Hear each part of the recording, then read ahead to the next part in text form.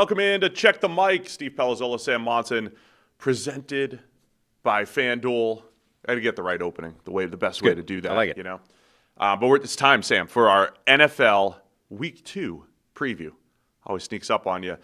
Thursday night football tonight, of course, Packers and Commanders. For those asking, we're trying to figure out where to put that in the show. We will kick that off. Yes. Kick things off with that. But first, quick update. We've got our picks and the Sleeper app and where everybody is. Yeah. I saw Mina Kimes had the same kind of debate. Where do you put Thursday Night Football on the show? She crowdsourced it, and she has a bigger crowd than we do, across all of her social media, et cetera. We took her results and applied them. We did. We basically stole her crowdsourcing and decided that the logic was sound. The people, I think, were correct, and Thursday Night Football belongs at the start of the show, not the end of the show. So the people, if you're listening later in the week, you fast forward quickly, then you get to the rest of the exactly. games. It's easier to skip one game at the start and go on with the rest of your listening than it is to go find it at the bank and et cetera, et cetera. So that's what we're doing. People have asked for it, and here it is. Yes, Survivor. We've got 2 leagues going in the Sleeper app that people joining the Discord. Full 500 kind of league this year. Yeah, I don't remember how many we had last year, but it wasn't 500. We had to cut it off. Right. That's all we could handle. So it's the maximum. We maxed them out. We had to, in fact, reserve the last spot so that you could get in your own league. Anyway, we only lost 25 survivors in week 1. Had Denver gone down, which, was at least possible for a lot of that game, we would have lost a lot more than 25. But we only lost 25 in week 1. And then for the Pick'em League, 10 people were tied for first with 12 wins. I had 8 and 8. You went 6 and 10. And Harry, your son, went 5 and 11. Not a good start for Harry. It's a rough start. We had a rough time going through our picks, watching those on Sunday. Harry, I forgot to get his picks in time, so I apologize for all of those who come in to listen to Harry's picks. For the show. Yeah, for the show. We'll get them by Sunday. They'll be in the app. Maybe even in a graphic on social. You can track it in the Sleeper app. You can see You'll make sure he gets them in time. You can go, if you want to trail Harry's picks or whatever, tail them. Is that what we say? You can do that. In the Sleeper app. Just a sharp over there. Yeah, really sharp money. Really sharp. You're the expert. You were on the panel. That's true, yeah. Vegas panel on the betting stuff. Only one of us has been in an expert panel in a Vegas casino. And do you want to give a shout-out our newest insider, Lennon Bollinger? Yeah. Just signed up to the insider tier of our membership. And is already on the wall. Already up on the wall? Mm-hmm. Oh, nice. Yeah, we get the wall thing. So you'll see it at the end. If you're an insider, the insider membership tier, you're on the wall. Absolutely. It'd be great at the very end. All right, you ready to go? Yep. We're going game by game. We're going to start with Thursday Night Football, Washington Commanders at the Green Bay Packers, a battle for the number 1 seed in the NFC. Wow. Really? I'm going to start citing that for every 1-0 matchup. Why not? I love this as a Week 2 matchup right away. Yeah. 2 teams who look good in Week 1. Packers favored by 3.5 right now. Over-unders 48.5 over at FanDuel. I mean, you're talking about the Packers starting so strong last week in the division matchup against Detroit. Washington really dominated the Giants, even though the score was only 21-6. Felt more one-sided than that in favor of the Commanders. But early playoff implications here in this Thursday night game, Packers and Commanders. Yeah, I think this is a really good barometer game for both teams. Week 1, you get weird results happening left, right, and center. Week 2, you get some of those teams pitted against each other, and you start to get a better idea of what was real and what wasn't. So I think most people feel pretty good about Green Bay. What we saw from them last week was legit. This is a contending team. Micah Parsons added to an already very good team, catapults them into the echelon of top-tier NFC teams. I think, me anyway, I don't want to project everybody. I'm certainly a lot less sold already on the idea that Washington are as every bit as real as they looked last week. And I think, maybe some more of that was the Giants than it was Washington. But I think it's a really good team to pit both sides against to get an idea. Like Washington, if they are really good, that's going to tell us everything you need to know about Green Bay. If they do the same thing to Washington that they just did to Detroit, that's a huge thing in their favor. Meanwhile, if Washington struggles an awful lot more against a truly good team than they did against the Giants, you get a better idea of how good they are. The whole theme of our Week 2 analysis. What was real in Week 1? Yeah. How much of the priors do we need to? It really is. I love that about the sort of first few weeks of the NFL. I mean, we referenced Mike McDaniel saying this the other day. The first few weeks is everyone figuring out who they are internally, what type of football team are we, what do we need to, but also how good is everybody? We spent an entire offseason sort of projecting and building these artificial constructs in our minds of what each team actually is all gets blown to hell in like the first few weeks of the season where you have to completely reassess what you thought. Now, I'd say both defensive lines in week one, both defenses generally looked really good. And then when you're unpacking the why for Washington, it's easy to maybe dismiss it in week one and say, well, it was the Giants and their offensive line's been bad for a decade and Andrew Thomas wasn't playing. But you got to give Washington credit. I love the way Javon Kinlaw played. Like their defensive front, I thought their defensive tackles played pretty well overall. Bobby Wagner. So their front was very good against the Giants. And, of course, we know what the Packers did. Dominated Detroit up front. You saw Micah Parsons in limited time still making an impact there. And for elevating the rest of that Packers defense. But you also have that question for Detroit with the essentially the three position switches up front with the two guards and center, and the fact that Detroit couldn't get anything going on the ground. How much was that Detroit? How much was that Green Bay? But I think that's the biggest story in this game is both defensive fronts and their ability to control the game as they did last week. We also saw some slight movement in the direction of something I've been wanting to see since he was drafted, but Lucas Van Ness was played more inside than he has been previously. Now, it was still like 6 or 8 snaps or something out of his entire deployment was a sort of interior alignment. Honestly, I would like to see the ratio flipped completely and have almost his entire deployment as an interior guy, maybe the occasional snap out wide, but whatever. I'll take any step in my direction in this particular quest. And honestly, I think he looked good in those snaps. Like he was more disruptive on those interior snaps than he was in his entire edge rushing snaps. If Micah Parsons is part of that catalyst, like suddenly we have a legitimate dynamic edge rushing threat. Hey, Lucas, we want you to line up inside to accommodate that. Whatever the reason, I think they're better with him on the inside. And I look at Washington's offensive line. I think they had some moments where they held up pretty well against the Giants' defensive line last week, and other moments where not so much. I thought Josh Connolly, rookie right tackle, first rounder for the Commanders, I thought he held up pretty well, but he had some rough reps in there. I had the same analysis on Will Campbell for the Patriots. So when I say he held up pretty well, I know fans remember there were some bad ones in there. There were some ugly reps in there. I think the only rookie tackle for whom that was not the true was Membu, right? Who just Membu was really good game. He was outstanding against elite competition. And we're in a world where there are like 5 different measures of pass protection and pass rushing, right. And it's one of those if you tick the box across all of them, it's probably pretty good. And I think Membu did from what I saw. I think Washington's offensive line was a bit of a concern for me this year anyway. And, in a game like this, Brandon Coleman is in his second year, now playing left guard, and Connerly at right tackle against Green Bay, where if Devontae Wyatt is healthy, he looked good last week. You've got Rashawn Gary, you have Micah Parsons. You mentioned Lucas Van Ness. All of a sudden, Green Bay has, I don't want to say underachieving players like Van Ness, but you have all these former first-rounders, Van Ness, Wyatt, Gary, who was already good, and then Parsons added to the mix. It immediately elevates the whole line, and you saw that last week against the Lions. It is the one area, though, where that's the one area where you would say Washington was tested last week. The Giants do look to have a legitimate defensive front, and Washington held up, reasonably well against that. So it's the one area where you'd say, okay, yeah, Green Bay's bringing some impressive players to the table with that defensive front now. Probably no more impressive than the Giants were deploying last week, even though, they've got a rookie, et cetera, and Washington held up fine there. It's more like everywhere else where you would say the Packers are significantly sterner test. And then we get to talk QBs in this matchup. I mean, I love to not just focus on the quarterbacks, but I thought both QBs played well last week. Jordan Love, of course, making some pinpoint throws down the field. I thought he looked really good, comfortable.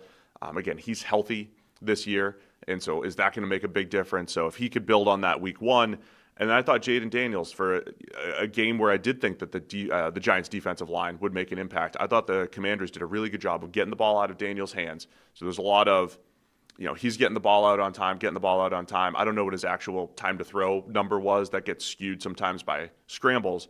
But there was a lot of in-rhythm passes. Yeah. And then Daniels, as I cite every week here, his ability to navigate the pocket, scramble, turn negative plays into positive plays is really incredible. So I think that even if Green Bay wins up front, Daniels is the one guy that can erase some of that. Even if he gets sacked a few times, he can also erase that pass rush as well, and I think that obviously bodes well for Washington. I mean, I thought he had a couple of negative plays last week, but I actually thought he looked pretty incredible. Missed McLaurin down the field with a deep ball. Like, there's some in there, but overall, I thought he played really well. Yeah, it really, bro. Like, I said coming into the season, I think this Washington team is kind of set up to regress, even with the veteran additions that they made, both of whom, by the way, looked really good last week. Laramie Tunsil at left tackle, huge upgrade, and then Deebo Samuel, we talked about coming out of the game, looked like Deebo Samuel, looked like the old version of him where he's dynamic, he's a difficult player to defend. So those things look like they've been positive successes for them. They still look like they have weaknesses in this team, but the point I was saying coming into the season is Jaden Daniels might be good enough that none of that matters. Like, if he's as good as he looked last year, this is a team that can be in the NFC Championship game again, even if they have the 5th, 6th, 7th best roster in the conference. That's, I think, what you saw last week, which is even though there are some weaknesses in this team, Jaden Daniels looks like he might be special, like genuinely special. You've talked about him as being a future MVP. Suddenly we've hit this. Remember there was a period where it's like, where's the next generation of quarterbacks coming from? And then suddenly here we are, and there's millions of them. Like, you have the big four, as we talked about them. But now Herbert, if he stays healthy, could easily put himself into that group. I mean, Jaden Daniels could throw himself into that group. If C.J. Stroud ever finds an offensive line, he might catapult himself back into that group. Like, all of a sudden, there's really, really good-looking quarterbacks everywhere. Last thing I want to add here, Jacory, Croskey-Merritt. Bill. Very good game last week, expecting him to get even more of the workload here. But when you go back and you say, well, the Packers just held David Montgomery and Jahmyr Gibbs to about 2 yards per carry. And you ask, is that Detroit? Is that Green Bay? I mean, this is a potential second week in a row statement game, I would say, from the Packers. Because the Commanders finished, they didn't play last year, right, these teams? The Commanders finished in the Final Four. And the narrative for Green Bay that we kept citing was, hey, they didn't beat the best teams in the NFC last year. If Green Bay could pull this off, beat Detroit, who's supposed to be one of the best teams, beat Washington, who just went to the NFC Championship last year. Great start for Green Bay.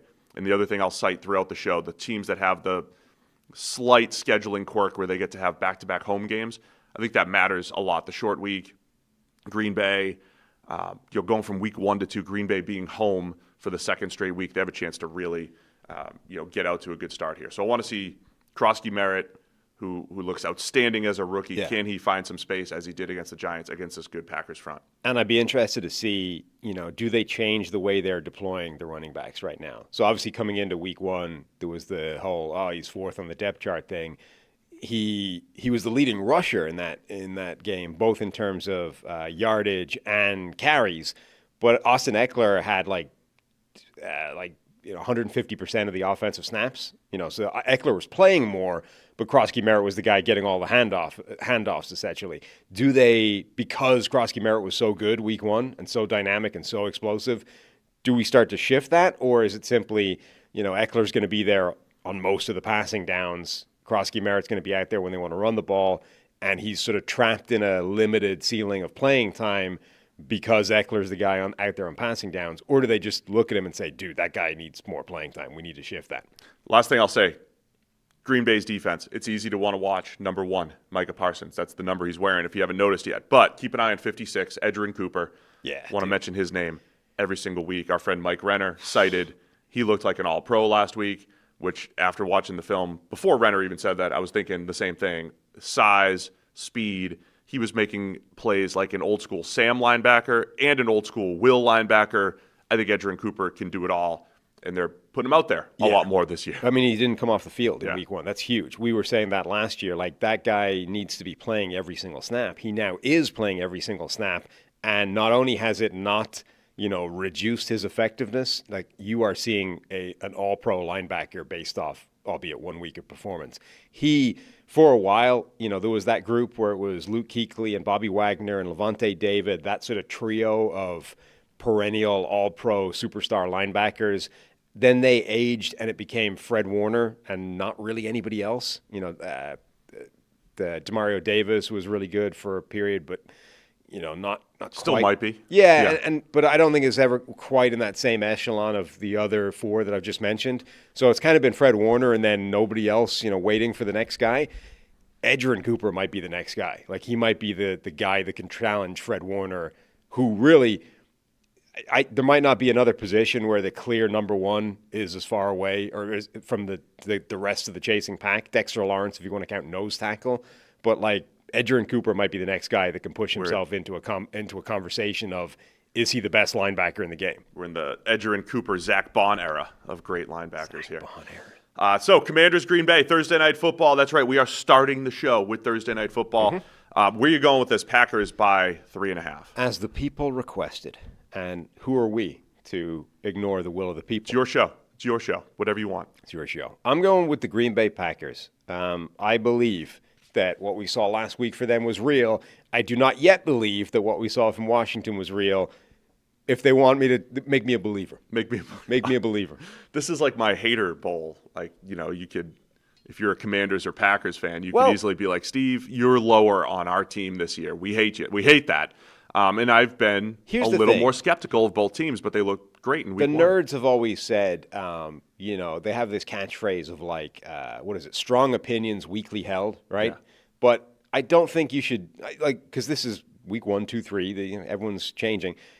I don't think they should be that weakly held heading into the season, right? Like the 1 week you just go, all right, I'm out. Everything I thought for the last 6 months was wrong. I am sold Undo it all. In the exact opposite opinion. So, 1 week has happened.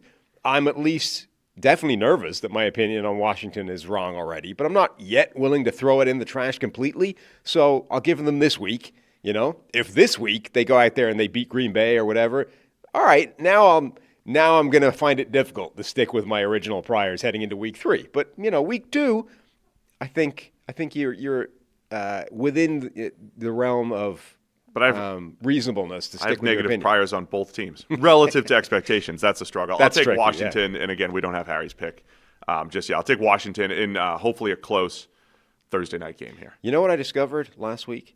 Everyone's in this world of like how best to use AI since it's here and everywhere. AI apparently now has like transcripts of every podcast out there. So if you haven't recorded it anywhere, you can basically ask AI to trawl through our episode and write and summarize our picks for us. Oh. And it'll just spit it back, what we said. Oh, nice. Oh, that's right? a lot easier. Pretty handy, huh? Now, it'll take 3 minutes apparently to do that, but once it's done it.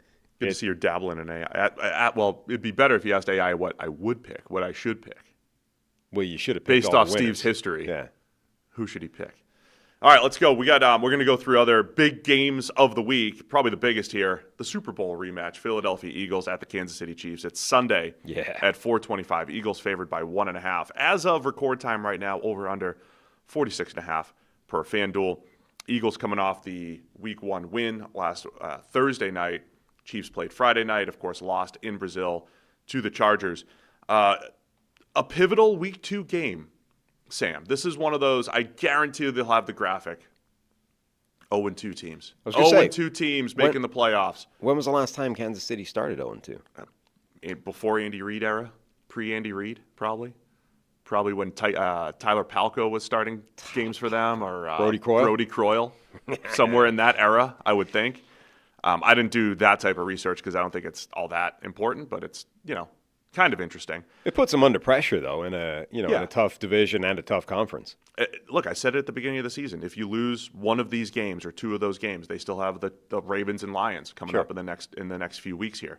But really quick, the 0-2 graphic. Oh, the teams that are 0-2 only make the playoffs 6% of the time or whatever. It's because most 0-2 teams aren't that very good. Yeah. It's not because it's an insurmountable hole. So there's a little bit of the Bengals have causation shown you, versus correlation there. The Bengals have shown you in the last few years that if you're a good, capable team, or if you have an all-pro caliber quarterback, you can overcome 0-2 without too many problems. So it's more important than it was had Kansas City won Week 1. It's also, it's not a conference game. That stuff matters and adds up. But, there's just the psychological element of this.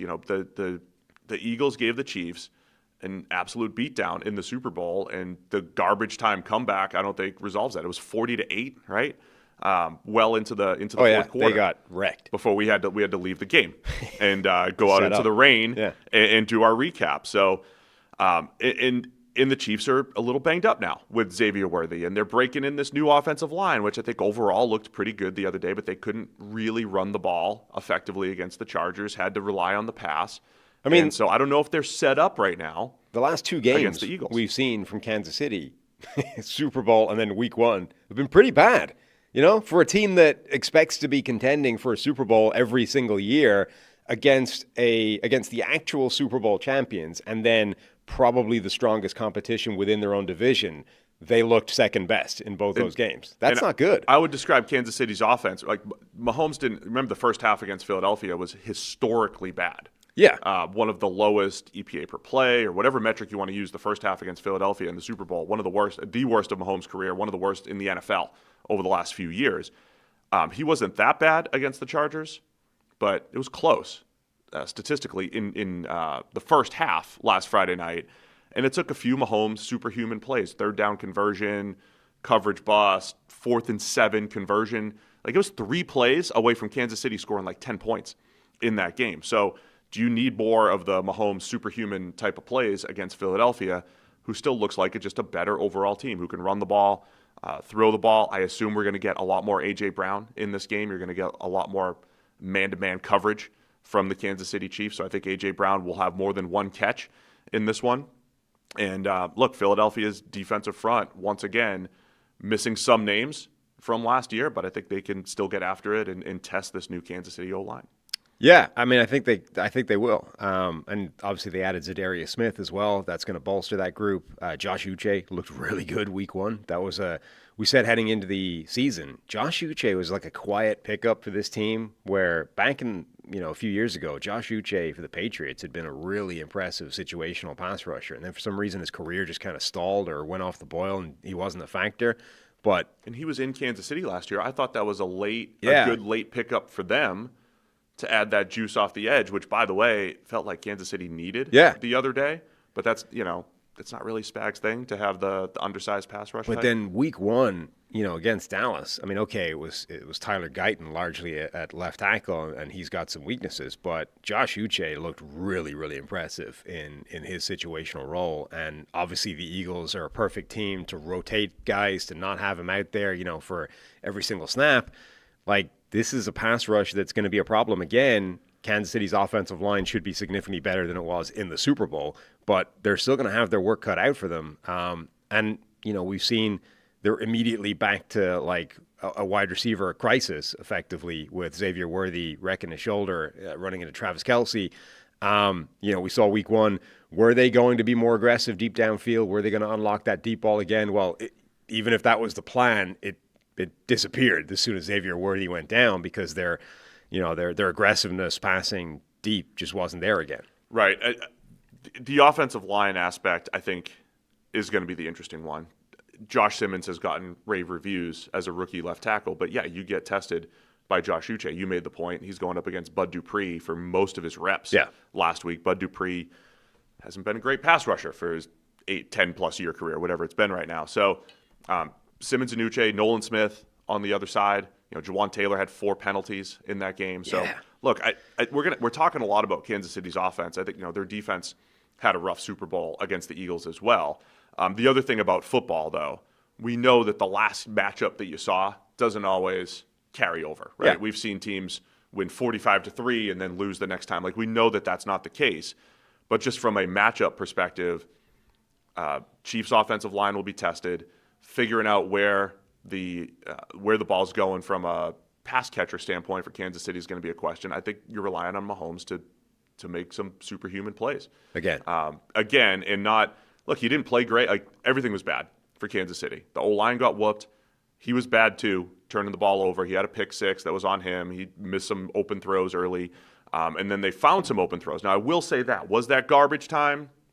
They did find some holes in the Eagles' defense later in the game. Was that just, hey, we're giving you some plays? Yeah. Or, I mean, I feel like everything. Or did they find something there? No, I think everything in like the final, I mean, however long you want to extend it in that game. That game was garbage time pretty early on. The other stat that I will cite This is from last year, which was timely, right? You've got the Vic Fangio defense, which is generally like keep the shell and make sure that the ball goes underneath, which Kansas City, it's how they've been playing, right? Kansas City had 50% of their receiving yards come from yards after the catch last year that led the NFL from our trusty 33rd team, research team. Philadelphia was second best, though, in yards after the catch allowed per reception. And that was part of the reason why the Super Bowl matchup, I think, was one-sided. And, it's like Philadelphia is almost inviting those passes, but then clamping down on them as well. Whereas theoretically, there should be space. There should be space for the speed that Kansas City has to work.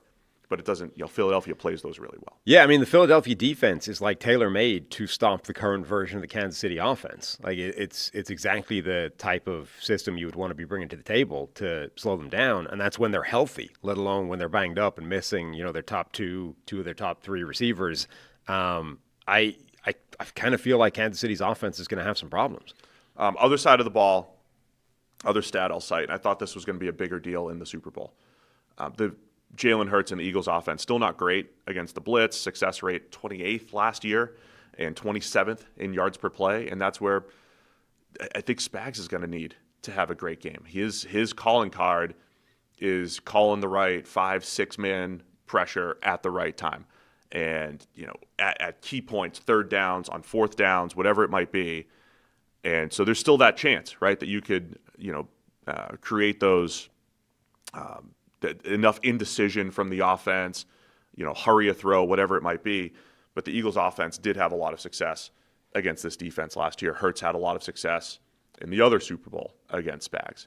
So we'll see how they change it up. Again, the Eagles saw all zone coverage. Yeah. The other day, Hurts had that one deep ball that he put right on Jahan Dotson, and everything else was underneath and pretty efficient.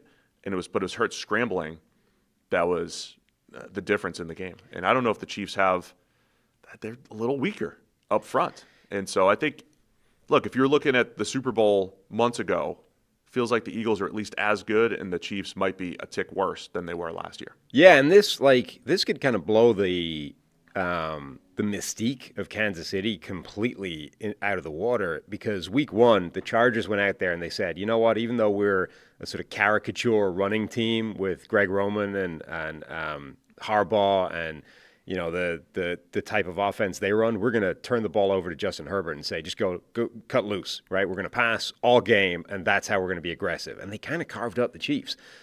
Meanwhile, Philadelphia generally is, a way more running-heavy team with Jalen Hurts there and Saquon Barkley, et cetera, and they dominated them in the Super Bowl. If they come out and do that again, they crush them on the ground, well, suddenly in the last three performances for the Chiefs defense, they've been wrecked on the ground, wrecked through the air, and then wrecked on the ground again. And now you're like, well, okay, Spags is obviously a very good defensive mind, a very good defensive coordinator, but you're no longer scared of that defense. They've just shown that you can beat them no matter what your offense brings to the table if you're a decent unit.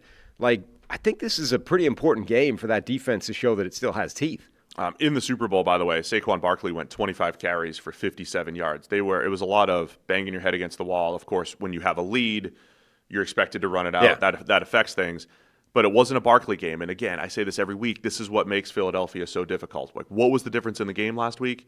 The defense stepped up in the second half, and Hurts scrambled for 2 touchdowns. Hurts is a huge part of that. Yeah. And essentially won the game-sealing play. So they can win in different ways, whether it's the 2 receivers on the outside, Hurts scrambling, Barkley, whatever it might be. I mean, getting control of Hurts is the biggest part of this game for the Chiefs defense. All right, man. It feels like one-sided analysis. I'll just say what you were saying. Like, we are narrative-wise. I usually save the narrative stuff for the playoffs. If the Chiefs get beaten at home, there'll be think pieces about the dynasty's dead and the Chiefs are cooked and this and that. That's happening on Monday. If the Chiefs they win, and I do believe it would be like an epic Mahomes type of, like, there'll be 3 or 4 plays where you're like, man, this dude did it again, because they're the underdogs here, right? Slight underdogs, but they're the underdogs. I would say, like, don't completely sleep on the Chiefs here, even though we've had this one-sided analysis. But if the Chiefs win, it'll be like, all right, they're back, and they, retribution, and, they're back on track here. I mean, look, even if they lose and they go 0-2, I'm still not hugely concerned about Kansas City, because, like, they we know that this team is sort of okay with bumbling their way through the regular season, knowing that they can and usually do step up their game when it matters late in the season and into January and, roll through the important games. Plus, they are going to get Rashee Rice back at some point, who is their number one wide receiver. Agreed. Like, that will be a game-changing event when that happens for them. So even if they go 0-2, I'm not massively concerned, unless the game looks like the Super Bowl. Like, if they go out there and Philadelphia just torpedo them and absolutely destroy this team, then I might be concerned. But anything short of that, whether they win or lose, I'm not massively worried about the Chiefs long term. All right, man. What do we do? I'm not massively concerned about the Chiefs long term. Even if they start 0-2, even if they get whooped, I'm still going to give them more chances. Right? I mean, I'm going to give them there's too much other evidence here. Look, I'll give them more chances. They'll still be a pretty good football team, even if they get blown out of the water. But if they get absolutely annihilated by if it's just a repeat of the Super Bowl again, then I'm reassessing whether they're a true contender this year. I think higher level, it's going to be harder for the Chiefs generally because the Bills, the Ravens, I know they had their battle. Like there's some good teams. There's good teams in their own division. I think that's going to be the bigger challenge for the Chiefs rather than like, oh, they're cooked, they're done, dynasty's over or whatever you want to call it. So, Eagles are favored by 1.5 here. And by the way, like for all this sounded very one-sided in terms of, Philadelphia's favored. They look like they're going to win either side of the ball. It's a 1.5 point line. Like, right. It's still effectively a coin flip, according to the man in Vegas. That's where I'm going to jump the gun here. I think I'm going to take Kansas City here because of the emotional aspect of things and a championship caliber team. You think they want it more? Chip on their shoulder. Just you're at home. I think the home field makes a difference here. I think the Eagles, if they can handle the early onslaught type of deal, they might be able to – they always have that ability to run the clock and have that, 15-play drive with 3 tush pushes in there. So, Philadelphia has a great chance to really control this game. But I'll still take Kansas City as the home underdogs for Kansas City. When's the last time I was going to say, when has that happened? It's got got to be they weren't underdogs in the AFC Championship against Buffalo, I don't think, right? 2 years ago they were underdogs, but they were on the road at Buffalo and Baltimore. I definitely think the game means more to Kansas City than it does Philadelphia, for whatever that's worth. Nonetheless, given the way we've talked about this game, I'm going with the Eagles. I know. But sometimes talk doesn't matter. It's my own word. Sometimes talk doesn't matter. I'll take Kansas City for whatever reason. All right, let's go Sunday Night Football here. Atlanta Falcons at the Minnesota Vikings. Vikings favored by 3.5 here. 0-1 Falcons. The 1-0 Minnesota Vikings. Kevin O'Connell made the right pick. It's J.J. McCarthy. Nailed it. Over-under's 44.5 here. I'm loving this matchup. I think this will be a fun one. In another game, it's a very pivotal game, obviously, for Atlanta to not fall to 0-2. And Minnesota, tale of two halves, where they were very incompetent offensively, and then J.J. McCarthy in the offense, including Jordan Mason running the ball. They really turned it around in the second half against the Bears on Monday Night Football. Yeah, I mean, whatever about trying to figure out what Week 1 means when it was all the same thing, like, Team X was just like Indianapolis, dominant start to finish. Does that mean anything or not? What do you do with a team like Minnesota who was awful for a half and then figured it out late in the game and pulled it together and they get a win? That's even more confusing. So, it's a huge game because I think you get a better idea of what this Minnesota team actually is, or certainly the offense. I think we know the defense will be good. Atlanta, I think they're still figuring out what this offense is going to look like. Not with Michael Penix. I think they've got a pretty good handle on that. But now, they lost Caleb McGarry, right tackle, protecting the quote-unquote blind side of their left-handed quarterback. But unlike, there are positions where if you lose a guy on the eve of the season, you can pick up somebody else who's still very good, right? Like the Eagles signed Zadarius Smith off the street. Zadarius Smith can start for most teams in the NFL and bring a real impact. You can't find one of those guys at right tackle, right, or left tackle, or any really significant position on the offensive line. If you lose a starter, on the eve of the season, that is now a problem. There's basically no way of avoiding that. So I think whatever the offense was supposed to look like going into that crunch moment, it's going to be slightly different now because you know that your right tackle is now an issue. I think we saw some of that in Week 1, that they're just figuring out exactly what this thing needs to look like while they have this relatively weak link at right tackle. But you saw late in the game, they're still going to be aggressive. Like Michael Penix Jr., that's within him. It's inherent. You're not going to turn him into a dink and dunk quarterback, even if you wanted to. They're going to have that aggressive streak. They're going to attack deep down the field. And honestly, that's probably the way you need to attack Brian Flores and this Vikings defense is if you can pick it up, if you can, buy your quarterback just enough time and make sure you've got bodies to attack that blitz, the weakness is the corners. Like if you can get a ball in the air, you've got a chance of making some plays. But then you've got to deal with all of the pre-snap recognition. Yes. Are there actually going to be those one-on-one opportunities with the corners? I think the defenses are the story for both on both sides here. I think the offenses are going to have a challenge. 44.5, the over-under, as I said.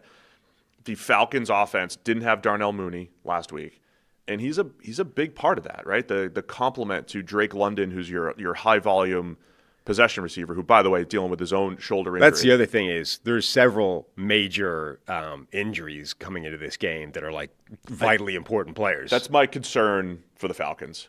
Drake London's banged up. He's expected to practice this week and play, but he's banged up. Darnell Mooney, we don't know as of record time here on Thursday morning. And then you say, okay, well, you've got Bijan Robinson, you have Tyler Algier. Let's get the run game going. That's where Minnesota shines because they're just, up the field, disrupting the backfield, 8-man boxes as much as any team in the league, and they're tough to run against.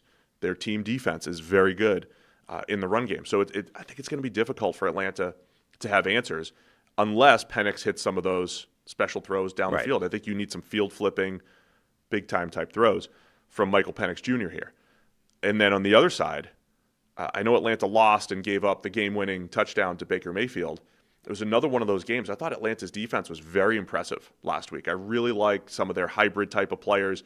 If you look at NFL Pro, next-gen stats, Divine Diablo leading the team, the linebacker with 4 QB pressures. They were blitzing him a ton. Yep. He was on back-to-back plays blowing up running backs and making plays 20 yards down the field in coverage. Him and just their linebackers generally, blitzing, creating pressure. Their young edge rushers. James Pierce had some success last week. Ruka Rororo pushing the pocket from the interior. I thought Atlanta's front seven looked pretty good. Yeah. But there was just a couple plays where Baker Mayfield and Emeka Egbuka were just better. And it was just pinpoint throws down the field that they couldn't cover. And by the way, Baker Mayfield threw 4 passes last week that hit Falcons' defenders' hands. And they didn't catch one of them. Yeah. And so I think Atlanta's defense is underrated here. I would not be surprised, even in a dome here, Sam, if we see a low-scoring game. Yeah, entirely possible. The Vikings injury report is concerning at this stage, though. So with Falcons, you've got Drake London is a really important player who's banged up and a question mark for them. For Minnesota, though, half the team is banged up at this point. They haven't gotten Christian Darrisaw back yet. Harrison Smith, same thing. Darrisaw in particular, I think, is Justin School was the left tackle the other night, and there was a few plays where School had some issues. Correct. Darrisaw is vitally important to that team. I mean, he's one of the best left tackles in the game.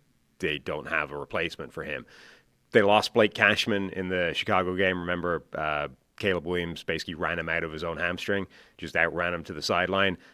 So he's going to miss some time. Jeffrey Okudah and Andrew Van Ginkel are in the concussion protocol coming out of that game. So that's a starting cornerback and one of your most important pass rusher, versatile hybrid players within that defense. They're coming off a short week. So they have less time to maybe recover from that. Exactly. So those guys, I mean, this is a banged up team already after 1 week, and they're pretty important players. I mean, Van Ginkel and Christian Darrisaw, even if you just want to limit it to those 2 guys, would be 2 of the 3 or 4 most important players on either side of the ball for them. Then you just have the J.J. McCarthy factor, right? We talked about Bryce Young a ton, where he had a Bryce Young career in a game, basically, right? he had Bryce Young's career in one football game. Yeah, halftime you're like, oh man, the Vikings made the wrong pick. It's time to blow it all up. And then by the full time you're like, wow, look at the grit. Look at the grit. They nailed it. Call. The kid hasn't lost since middle school. He's got like 3 losses since middle school. He's got like 3 national championships since middle school. Like he got a national title in some prep school or whatever, and then for like his actual high school, and then Michigan. It's just a winner. Yeah, all he does is win. So there's kernels of truth in there. And JJ sealed it with a nice keeper. We know he's athletic and he can run the ball a little bit. And he stood in there under pressure and made some nice throws. I thought that was really impressive. At the beginning of the game, I thought his arm looked weak. Passes were dying.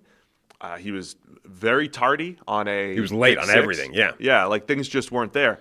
And by the way, there's a lot of times with young quarterbacks, you can see tangible differences in their timing.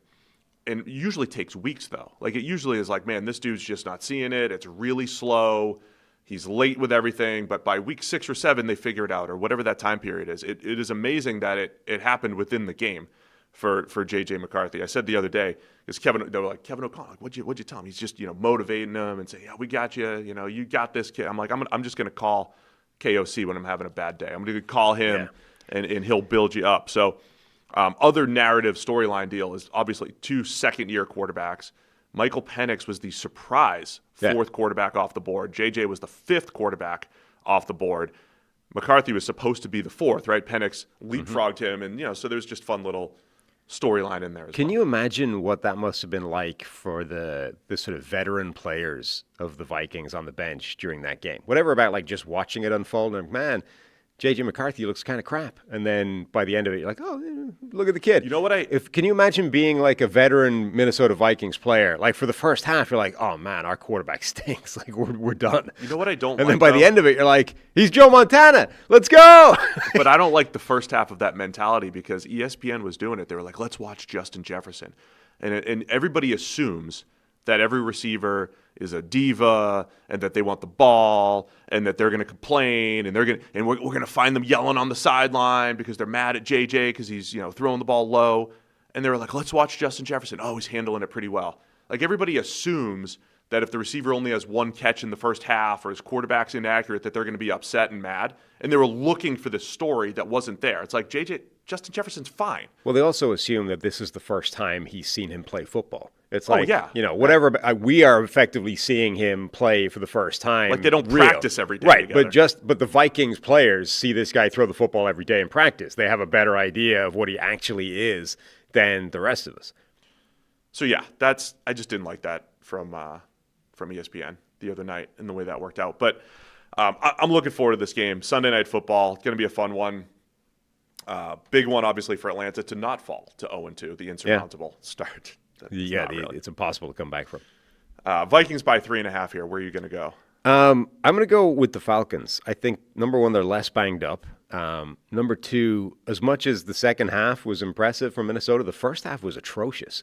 And if they don't pull that together, like if that wasn't a genuine moment of like, click, we're back in business, if that offense is going to have struggles like that on a semi-regular basis, the defense can't carry this team. Like, it's good, but it's not that good, particularly with, look, Jeffrey Okudah is the starting cornerback for this team. That on its own is a red flag. You have to assume the guy behind Jeffrey Okudah is worse than Jeffrey Okudah.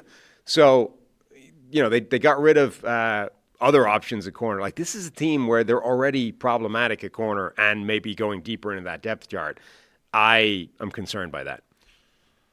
Oh, now I'm torn on it. I think Minnesota's a better overall team. I think, by the way, Javon Hargrave, 2 sacks. They were calling him Javon on the broadcast? When you said that, I didn't know who you were referencing. They were? Is that a thing? It's been Javon his whole career, right? I thought so. The 2 new additions, Javon Hargrave and Jonathan Allen, per, NFL Pro Next Gen Stats? 6 pressures each. I mean, I really think we're looking at a low-scoring game. I'll take Atlanta, though. I'm trusting the film that I saw last week that Atlanta's defense will keep them in it. Fun schematic matchup. Brian Flores against our former colleague, Zach Robinson. Yeah, I wanted to text Zach about it, be like, how do you prepare for this thing? But I'll wait. Tough matchup this week, huh? If he hits on a couple big plays, I'll be like, man, how'd you figure that out? Yeah. If they fall to 0-2, we'll talk maybe in week 3. Right. Let it breathe. That's one of the difficult things. Like, when do you reach out to people? Like, how upset are people with losses? I feel like they would eat at me for days, but you got to get back at it. Well, also, like, how do you react to a text that comes in? It's like, man, brutal assignment this week, That I feel like that might piss me off if I was going to send that to Bobby last week and last year when he was facing Flores, and it was. He got sacked like 6 times, and they couldn't pick anything up. So maybe they don't. Maybe they just, it's just part of the weekly It's just the job. Maybe it's fine. Yeah. Just doing the job. Anyway, I'm going Falcons. Flores and Zach were in New England together in 2010. As QB and Flores, coach. I remember him telling me Flores was breaking in at that time. Like linebackers coach or whatever. I think Flores was the guy that picked him up at the airport after he got drafted or something like that. So full circle here, Sunday Night Football. All right, Tampa Bay Bucks at the Houston Texans. Monday night doubleheader. You ready to not sleep this week? God. No sleep this week because we have a 7 and a 10 Monday. 10 p.m. 7 and a 10 because the NFL, they've been experimenting with all the different Monday night iterations. They've landed on this time it's going to be a 7 and a 10. We've done our different starts. We've done 7:30 and 8:15. This is the 7 and the 10, the true doubleheader. That if we're doing a 10 p.m. start, that game needs a running clock or something. A 10 p.m. start? Yeah. Take a nap Monday so you're ready to go. After we wake up, you get the 7 a.m. start here. And that's after the 10 p.m. That's after the early morning Monday for the show. Oh, man, that's We'll the be worst. live at 7 a.m., and then there'll be a game going till 1 a.m. that night. That's rough. I love our job. It's okay. We're having fun here. Texans favored. It's the East Coast dads thing. Is that the meme? That's, East Coast dads. It's a rough day for the East Coast dads. JJ and the fantasy folks that play that game, they're going to be very upset. We should get JJ on to talk about it at some point. How much mileage do you think there is in an East Coast dads? 2 minutes, at least a 2-minute segment. Got it. We like earlier games, not late. Don't have lightning delays. We get upset because we got to wake up early, get the kids to school. That's the everything. end. Well, thanks for showing up, JJ. Texans favored by 2.5 over-unders, just 42.5 per FanDuel. I mean, the Texans had a game that just finished with 23 points. Yeah. But you wouldn't think Baker Mayfield, C.J. Stroud, you have some playmakers on both sides. You wouldn't think this is it's not like these are incompetent offenses, but low-scoring game expected in Houston here Monday night at 7. Yeah, and I guess, that makes some sense. We saw last week what happens with this Houston offense if it goes up against a good defense and a good defensive front. I mean, the Rams defense is on a pretty impressive charge, but the Houston offense certainly didn't look fixed based off their new revamped offensive line from last year. You trade away Laramie Tunsil, you bring in a rookie in Arante Ursary, Cam Robinson playing left tackle, Ursary playing right, but the group still looks like a problem. Yeah, I think even both teams. I mean, Baker was pressured over 40% of the time per next gen. So I think both offensive lines are going to be a question. You don't have Tristan Wirfs in Tampa Bay. And I think they're trying to fix Graham Barton out there. I think the Texans are trying to do just get as many options out there for let C.J. Stroud will fix the line, right? Let's give him options, give him receivers in passing patterns, and let him just get the ball out quickly. They were living in 11 personnel effectively week 1, 80% of the time. 11 personnel, 3 wide receivers, at a time when the rest of the league is starting to pivot the other way. Well, they've had Cade Stover got hurt. They're tight. Yeah, they only have 2 active tight ends. Right. So but they also only it's kind of by design. They only kept a certain, they've had injuries, but also appear to be deliberately skewing towards 11 personnel from a roster construction standpoint, which I think is fascinating. Even McVay is moving away from the 11 personnel thing. That was his personnel tree. We're all 11 personnel guys. This is the tree that's sticking with 11. Exactly. But Zach Taylor, moved away from it. All of the McVay disciples moved away from it. And then this year was the first year where it looks like McVay himself is going to swing away from 3 wide receivers exclusively, and maybe we could have a second tight end of the field. What's the worst that could happen? And at the exact same time as that's happening, the Texans draft 2 wide receivers, limit the number of tight ends they're keeping, and then spend week 1 leading the league in 11 personnel usage, and we're going to live in 11 personnel. I just think that's fascinating that, at a team where the entire NFL is zigging, one team is let's zag, let's go the other way and see what happens. Now, Nick Caley coming from McVay's system, sticking with, the high 11 personnel, and I'll do the thing I hate where I'm this guy was in this system, therefore he'll be the same thing. I did it last week. The McVay systems had good answers against Todd Bowles' defenses. They didn't really last week, but second straight week, Bowles and the Bucs go up against a McVay derivative offense with Caley. So I think it's going to be challenging again for both. I think for both offensive lines. You've got the Bucs have a fierce pass rush in part because they're going to bring extra people. That's what Bowles does. But you got Vita Vea. Hassan Reddick had some huge pass rushes last week. He looked great. So they have dudes that are tough to block, as do the Texans. And so I think that's going to be another one of those stories of the game. I think how does Baker Mayfield handle pressure, and how does C.J. Stroud handle pressure? I think they're going to be under a lot of heat in this game. And by the way, like, I've been so impressed by C.J. Stroud, the worse his offensive line gets. Like, even though his numbers and his overall output and performance has been sort of consistently worse since his amazing rookie season, I actually, every time I watch him play, I'm like, that guy is so good if you just gave him a halfway viable offensive line. He's got some simple plays where it's like he's under pressure, he sidesteps, just finds a completion. There are some plays in there, but yeah, it affects the entire offense. Yeah. And Nick Chubb looked pretty good in his return last week. They already talked about D'Amico Ryan's already talking about relying on him a bit more. Mm-hmm. My optimism for Houston centered around maybe the offensive line being better, at least the unknown. Yeah. But doesn't look like it is. Not that I like unknowns, but it's like, versus last year. But my optimism is the Nico Collins, Jaden Higgins, Jalen Knoll, at the receiver position. You need more from those guys this week going up against the Bucs. You do, but they also need the plan for him to do that. Like, I worry that the Texans are exactly what we thought they were, which is everything is there except the offensive line is going to undermine all of it.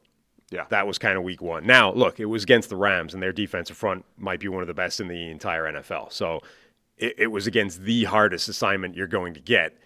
This week should be easier than that. Like, Tampa Bay have got some horses up front. They don't have the Rams defensive front, though. So I think you're at least dialing the difficulty notch down a little bit.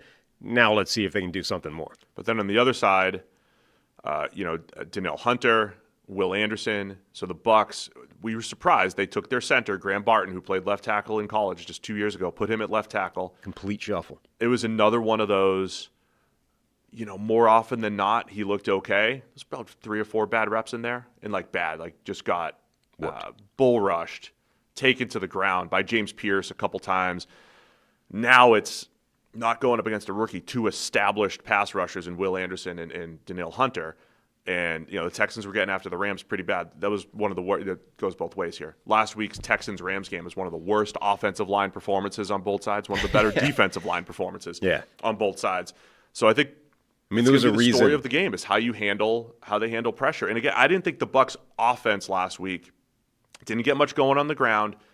It came down to a handful of plays. Bucky Irving takes a swing pass, makes a great effort for like a 9-yard touchdown. Baker hits Emeka Egbuka for 2 really nice tight window throws.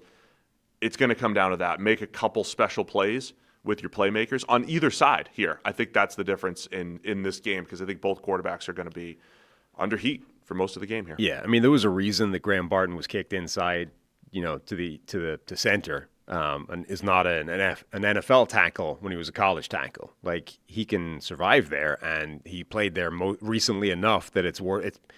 Evidently they think it's their best option at left tackle, and to completely shuffle the offensive line in making that happen. But it's a hell of an ask. I think it's probably slightly less of an ask than it was for the Chiefs to ask Joe Thuney to do that. Years removed from just being a high-end guard. But it's a weakness. Like, Graham Barton at left tackle is probably problematic for them, certainly relative to the pass rushers that Houston can deploy. So, yeah, you can get after this Tampa Bay offensive line until they get Tristan Wirfs back in the lineup. If you're a draft guru, arm length guy, you have Luke Gedeke on one side for the Bucs, who already has small arms, short T-Rex. Arms, right? Sub 33-inch arms. Well, Barton, of course, who's been moved to center, also under 33-inch arms. The Bucs are going to go out there for the second straight week with 2 tackles under 33-inch arms. Gedeke just signed a really nice contract. I think he's a good player. He had some struggles last week, though, in that game. I believe that Luke Gedeke and I have the same arm length. Oh, good. And he is Put you out there. He is a lot larger than I am. Because me and Aiden Hutchinson have the same arm length, and Aiden Hutchinson is 6'7". I genuinely don't understand how that's possible. You and Hutch. I forgot about that. Yeah. All right, man. Any other matchups or things to watch here? Did I have anything highlighted in our matchups here? Antoine Winfield Jr. I mentioned during the review show that he had that one sort of game-saving play late in the game where he just got over and broke up the pass that would have been a touchdown if he didn't. If you watch the rest of his game, he had a bunch of plays where that dude is just, I mean, he's all the way back. Antoine Winfield Jr., maybe the best sort of conventional safety in the game if we call Kyle Hamilton more of a, an all-round joker, everything type of player. If you're just like pure safety, standard, regular safety, human, who's the best safety in the game, it might be Antoine Winfield Jr., and he was really, really good week one. All right, last thing. Houston's four-man fronts from our 33rd team, research team. Second highest rate of four-man fronts last year at 81%. Third in yards per play allowed at 4.9. I think Houston's pass rush, ball hawking secondary. They have a ball hawking secondary. That's why I said, hey, they have top 5 defense potential this year with Derek Stingley back there, with Kalen Bullock, with Kamari Lassiter. We've talked a lot about Baker Mayfield's ability to he's got high highs, but he's got those spurts where he puts the ball in harm's way. He had 4 plays last week. I'm telling you, Caden Ellis in the flat, the rookie safety from Notre Dame, Xavier Watts, who also, by the way, was really good. Was very good. Throwing the ball to him over the middle of the field. Baker had 4 passes that easily could have, would have, should have been picked. If he does that again against Houston, and he doesn't always do this every week, just because you saw 4 last week, he might have 0 this week. That's Baker. Right. But if he does that again this week, I think Houston capitalizes. Last player to mention, by the way, for a while, this Houston defensive front pass rush has been just the 2 edge rushers, right? Donnell Hunter and Will Anderson Jr.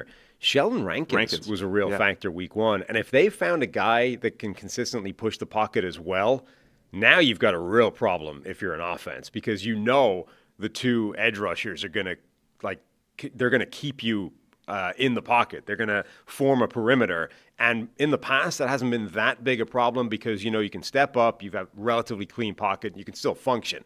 Obviously, you're on a clock, and, those guys are going to get pressure, but you can step up in the pocket and be okay. If Rankins is able to collapse the pocket from the inside as well, now you're just trapped, and you're basically under pressure all the time. Rankins had a good year in Houston in 2023, went to Cincinnati last year, got hurt, only played 7 games. He's back, and I think, absolutely, he can make an impact here. So Texans by 2.5, over-under is 42.5. Where are you going to go with this one? I'm going to go with the Texans. I believe in them with an easier assignment than the Rams' defensive front. I'm also taking the Texans. So they're at home. Tampa Bay with the weird quirk, being on the road for 2 straight games here to kick things off. But I'll take Houston to cover the 2.5. All right, man. FanDuel's getting you ready for the NFL season with an offer you don't want to miss. New customers can bet just $5 and get $300 in bonus bets if you win. That's right. Pick a bet. Bet $5, and if it wins, you'll unlock $300 in bonus bets to use all across the app. You could build parlays, bet player props, ride the live lines, whatever your style. FanDuel has you covered. So the NFL season's here. It's week 2. The only question is, are you ready to play? Visit FanDuel.com/CTM to download the FanDuel app today and get started. Must be 21 plus and present in select states. For Kansas, in affiliation with Kansas Star Casino, or 18 plus and present in D.C., Kentucky, or Wyoming. First online real money wager only. $5 first deposit required. Bonus issued as non-withdrawable bonus bets, which expire 7 days after receipt. Restrictions apply. See terms at Sportsbook, sportsbook.fanduel.com. Gambling problem? Call 1-800-GAMBLER or visit FanDuel.com/RG. Call 1-888-789-7777 or visit ccpg.org/chat in Connecticut or visit mdgamblinghelp.org in Maryland. Hope is here. Visit gamblinghelplinema.org or call 800-327-5050 for 24/7 support in Massachusetts, or call 1-877-8-HOPE-NY or text HOPE-NY in New York. And today, Sam, we got a Thursday night football prop bet. We're looking at Bill Croskey-Merritt's over-under his rushing yards being 37.5. Over-under 37.5 rushing yards for Jacory Bill Croskey-Merritt. Against, a good defense, but you've got to assume, based off what he showed week 1, they're going to scale up his use. He had a 42-yard. This is where it's tricky. He had a 42-yarder last week, which I would have put him over last week, right? He had 5, 6 carries, whatever total, 7 carries, 6 pretty decent carries, but then the 42-yarder put him over. But there are reports that he's getting a bit more of the workload. That's what I'm saying. Like, he was so dynamic last week that you have to say, like, what you may lose in terms of, well, if you take away his big play, his numbers look an awful lot worse. You probably gain back in that, but if they equalize his, playing time give him 12 to 14 carries here. But right? if you simply use him more often relative to Austin Eckler than they did week 1, it nets out at the same kind of area. Yeah. So you're going to go over here? Yes. I'll take over. Generally positive on these. over 37.5 for Bill Croskey-Merritt. You can join as well, FanDuel.com/CTM. I think he'll get more volume against the Packers in this game. All right, man, we're going to go. What do we have here? The second part of the doubleheader here. Los Angeles Chargers at the Las Vegas Raiders. Division on the line. AFC West first place on the line here between the Chargers and the Raiders. Chargers favored by 3, over-unders 46.5. Oh, man, imagine the narratives if the Raiders go 2-0 and are top of the division. Or if the Chiefs are 0-2. Yeah. If they had a 2-game lead over same Kansas time, City. We'll know. We'll know what's on the if Kansas City loses on Sunday, whoever wins this has a 2-game lead, and if it's the Chargers, they have the tiebreaker for a minute as well. True. So it's significant. Big game here. Chargers coming off their impressive Week 1 win against Kansas City. And the Raiders, they did a nice job against New England. They got their win on the road last week, so they're returning home. Chargers go from Brazil to Vegas to kick off the season. What's that flight like? I mean, they went to Los Angeles first. They went home first. Yeah. But like L.A. to Vegas? Well, I mean, even just L.A. to Rio or wherever they were playing. I don't know. Doesn't feel like it's fun. No flights are fun. I mean, yeah. They're all terrible. The longer they are, the less fun they are. When you're a large professional athlete, none of them are fun. Yeah. What are you looking for in this game? I'm kind of curious what the Chargers' game plan is going to be. They went out there and we said they passed all game against Kansas City. They were aggressive. They put the ball in Justin Herbert's hands, and that's the way they play the game. Does that signal a pivot in how this offense is going to approach? They're going to give Justin Herbert the ball more. They're going to let him operate the offense. Or was that just a one-time game plan against Kansas City where they decided that was the way to go? How is this offense going to look? I'd say both sides. We've used the word aggressive a ton with both of these teams, right? The Chargers came out passing against the Chiefs, and even in run-the-clock situations, they came out throwing as well. And then you have the Raiders, where I think their game last week against New England was epitomized by aggressiveness. Geno Smith throwing the ball down the field, taking a shot on 4th and 1. So I'm not saying we have shootout potential, but I think the ball's going to be in the hands of the quarterbacks. But yeah, I want to see what Herbert does week 2. I mean, if we're talking about this is the year Herbert puts it all together. He's healthier. He's been a very good quarterback. Doesn't have the win-loss record, but the way the Chargers pass game looked in week 1 against what should be a tough Kansas City defense.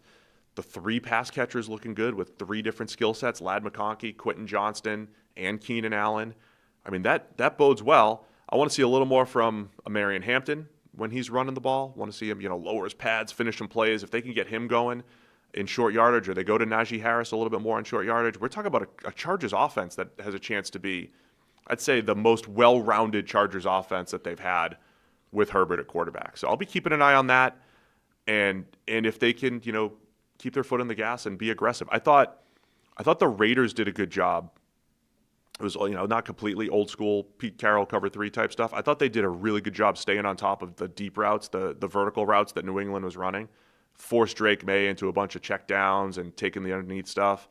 And so I want to see Herbert show that level of patience. He usually does, but they might have a chance to just, take the short stuff, get down the field, and have some longer drives. Yeah, I'm curious if the Quentin Johnson thing is for real week 1, or if that's just one of the games he has every now and again where he looks impressive and has a big game, and everyone's like, it's Quentin Johnson season, and then he disappears again. Have they actually unlocked this receiving core of, as you said, 3-4 guys that can make plays?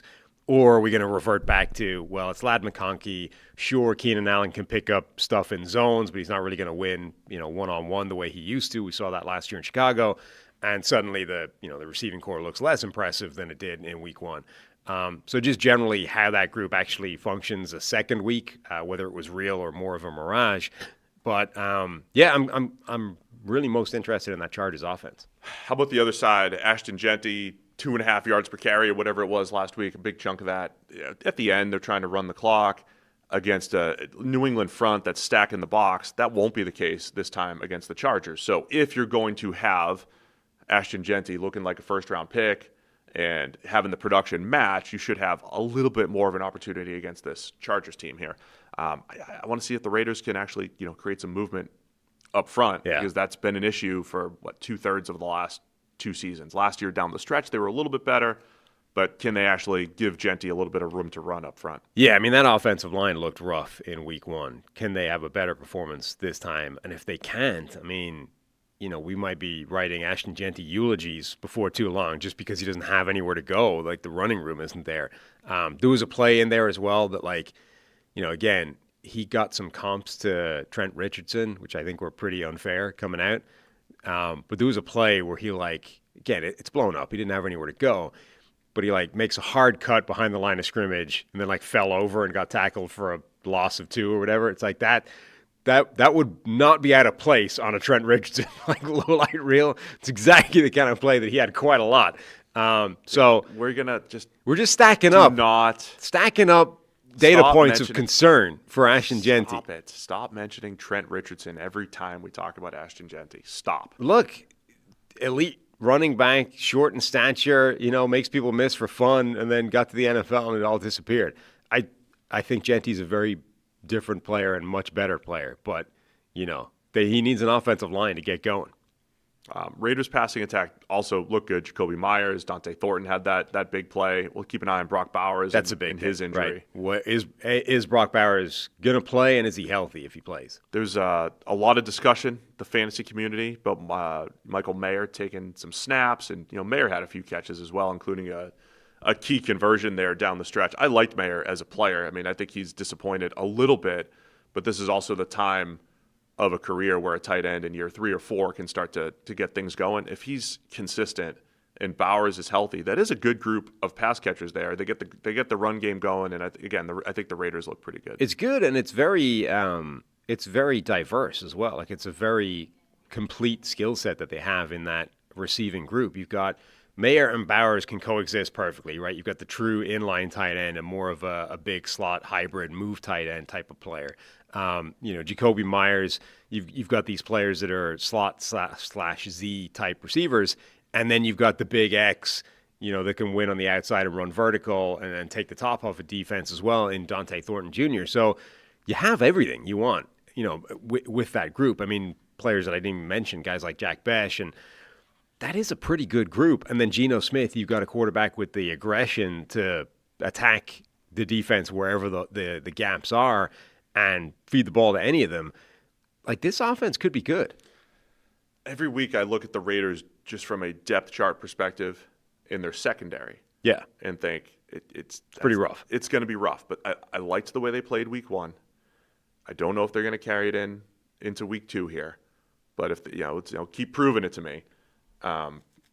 Normally, the cover 3 system, you're going to be one-on-one on the outside a lot. But again, I thought they did a really good job of just keeping things in front of them the other day and protecting those guys a little bit. So see if they could do it again against the Chargers. I'm torn on this game because I want to lean Raiders, but I keep looking at I really think the Chargers have a chance to have success through the air. Max Crosby going up against Trey Pipkins is a one-on-one matchup that dramatically favors the Raiders. And normally we'd be saying against Joe Alt. Then it's just then it's strength on strength, which highlight. Is a high-end matchup.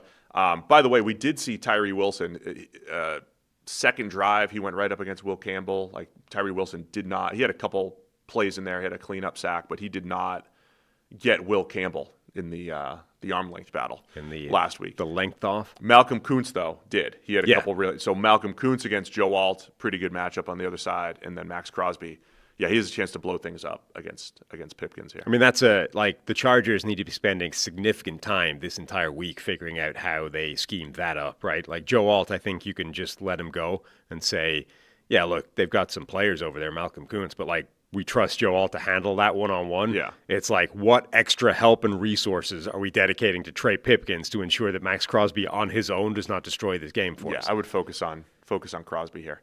All right, man, 3-point game, Chargers favored. Over under 46.5 from our friends over at FanDuel. Monday night, doubleheader, 10 p.m. What's the coffee strategy here? I usually do an evening coffee. Really? Yeah. You are one of these people that can have a coffee late into the night. I go to bed late anyway. I go to bed a little bit later than you, which probably needs to change with all these 9 a.m. starts. I go to bed a little bit later than you. I don't have a problem falling asleep. If I have a coffee anywhere late in the evening, unless, by the way, it's for dinner for some reason, but if I have a coffee just randomly late in the day, And then it will be like that night. Jittery? It'll be, no, not jittery. It's just like it's 1 a.m. I'm still awake. I'm like, what the hell is going on? Oh, yeah, I had a coffee at like 6. So I guess I'm desensitized to it. I'll do an after-dinner coffee. I might make it a little bit later for the 10 p.m. start here on Monday night. It's craziness. Where are you going to go with this one? I'm going with the Chargers. I want to change to the Chargers. You want to change to the Chargers? I took the Raiders. I'm going to go the initial first instinct. Okay. I get the Raiders as the home underdogs here. But I'm 6-10 this year, so who knows? Who knows what I'm actually doing? No, I'm changing. I'm going back to the Chargers. Man, if we need to stack up your 3-year record at this point and see where you are. It's 1 week, man. Let's not overreact to one. Just look, it's not like it's priors. Where are your priors? You've had 1 year. The worst picker of all time. Seattle Seahawks at the Pittsburgh Steelers. Mm-hmm. Seahawks Steelers Sunday at 1. Steelers favored by 3 here. Yeah. 1-0 Steelers. The 0-1 Seattle Seahawks. It's easy to remember the records right now. Once you get into week 6, it's not as off the top of my head, but I got this. You got it. DK Metcalf revenge game in here. What is there a way Aaron Rodgers has been slighted by the Seahawks? Can we, keep the hatred motivation going? Well, they passed up on him in the draft in 2005. Okay. Yeah. They beat him in the NFC Championship in 2014. Okay. So he's still mad about that chip on his shoulder. So yeah, he's upset with this. He hates John Schneider. They've disrespected him in multiple ways. Yeah. Mike McDonald. Mike McDonald is like 5 years younger than him, and he's the head coach. Definitely mad at him for something. Of course he's disrespected. Yeah. What are you looking for in this one? I was kind of interested that the Steelers are favored in this game. Leonard Williams they played last year. Remember, Leonard Williams, I think this was the game he had the 90-yard pick 6 against Rodgers and the Jets. What were you saying? I was kind of surprised that the Steelers were favored in this game.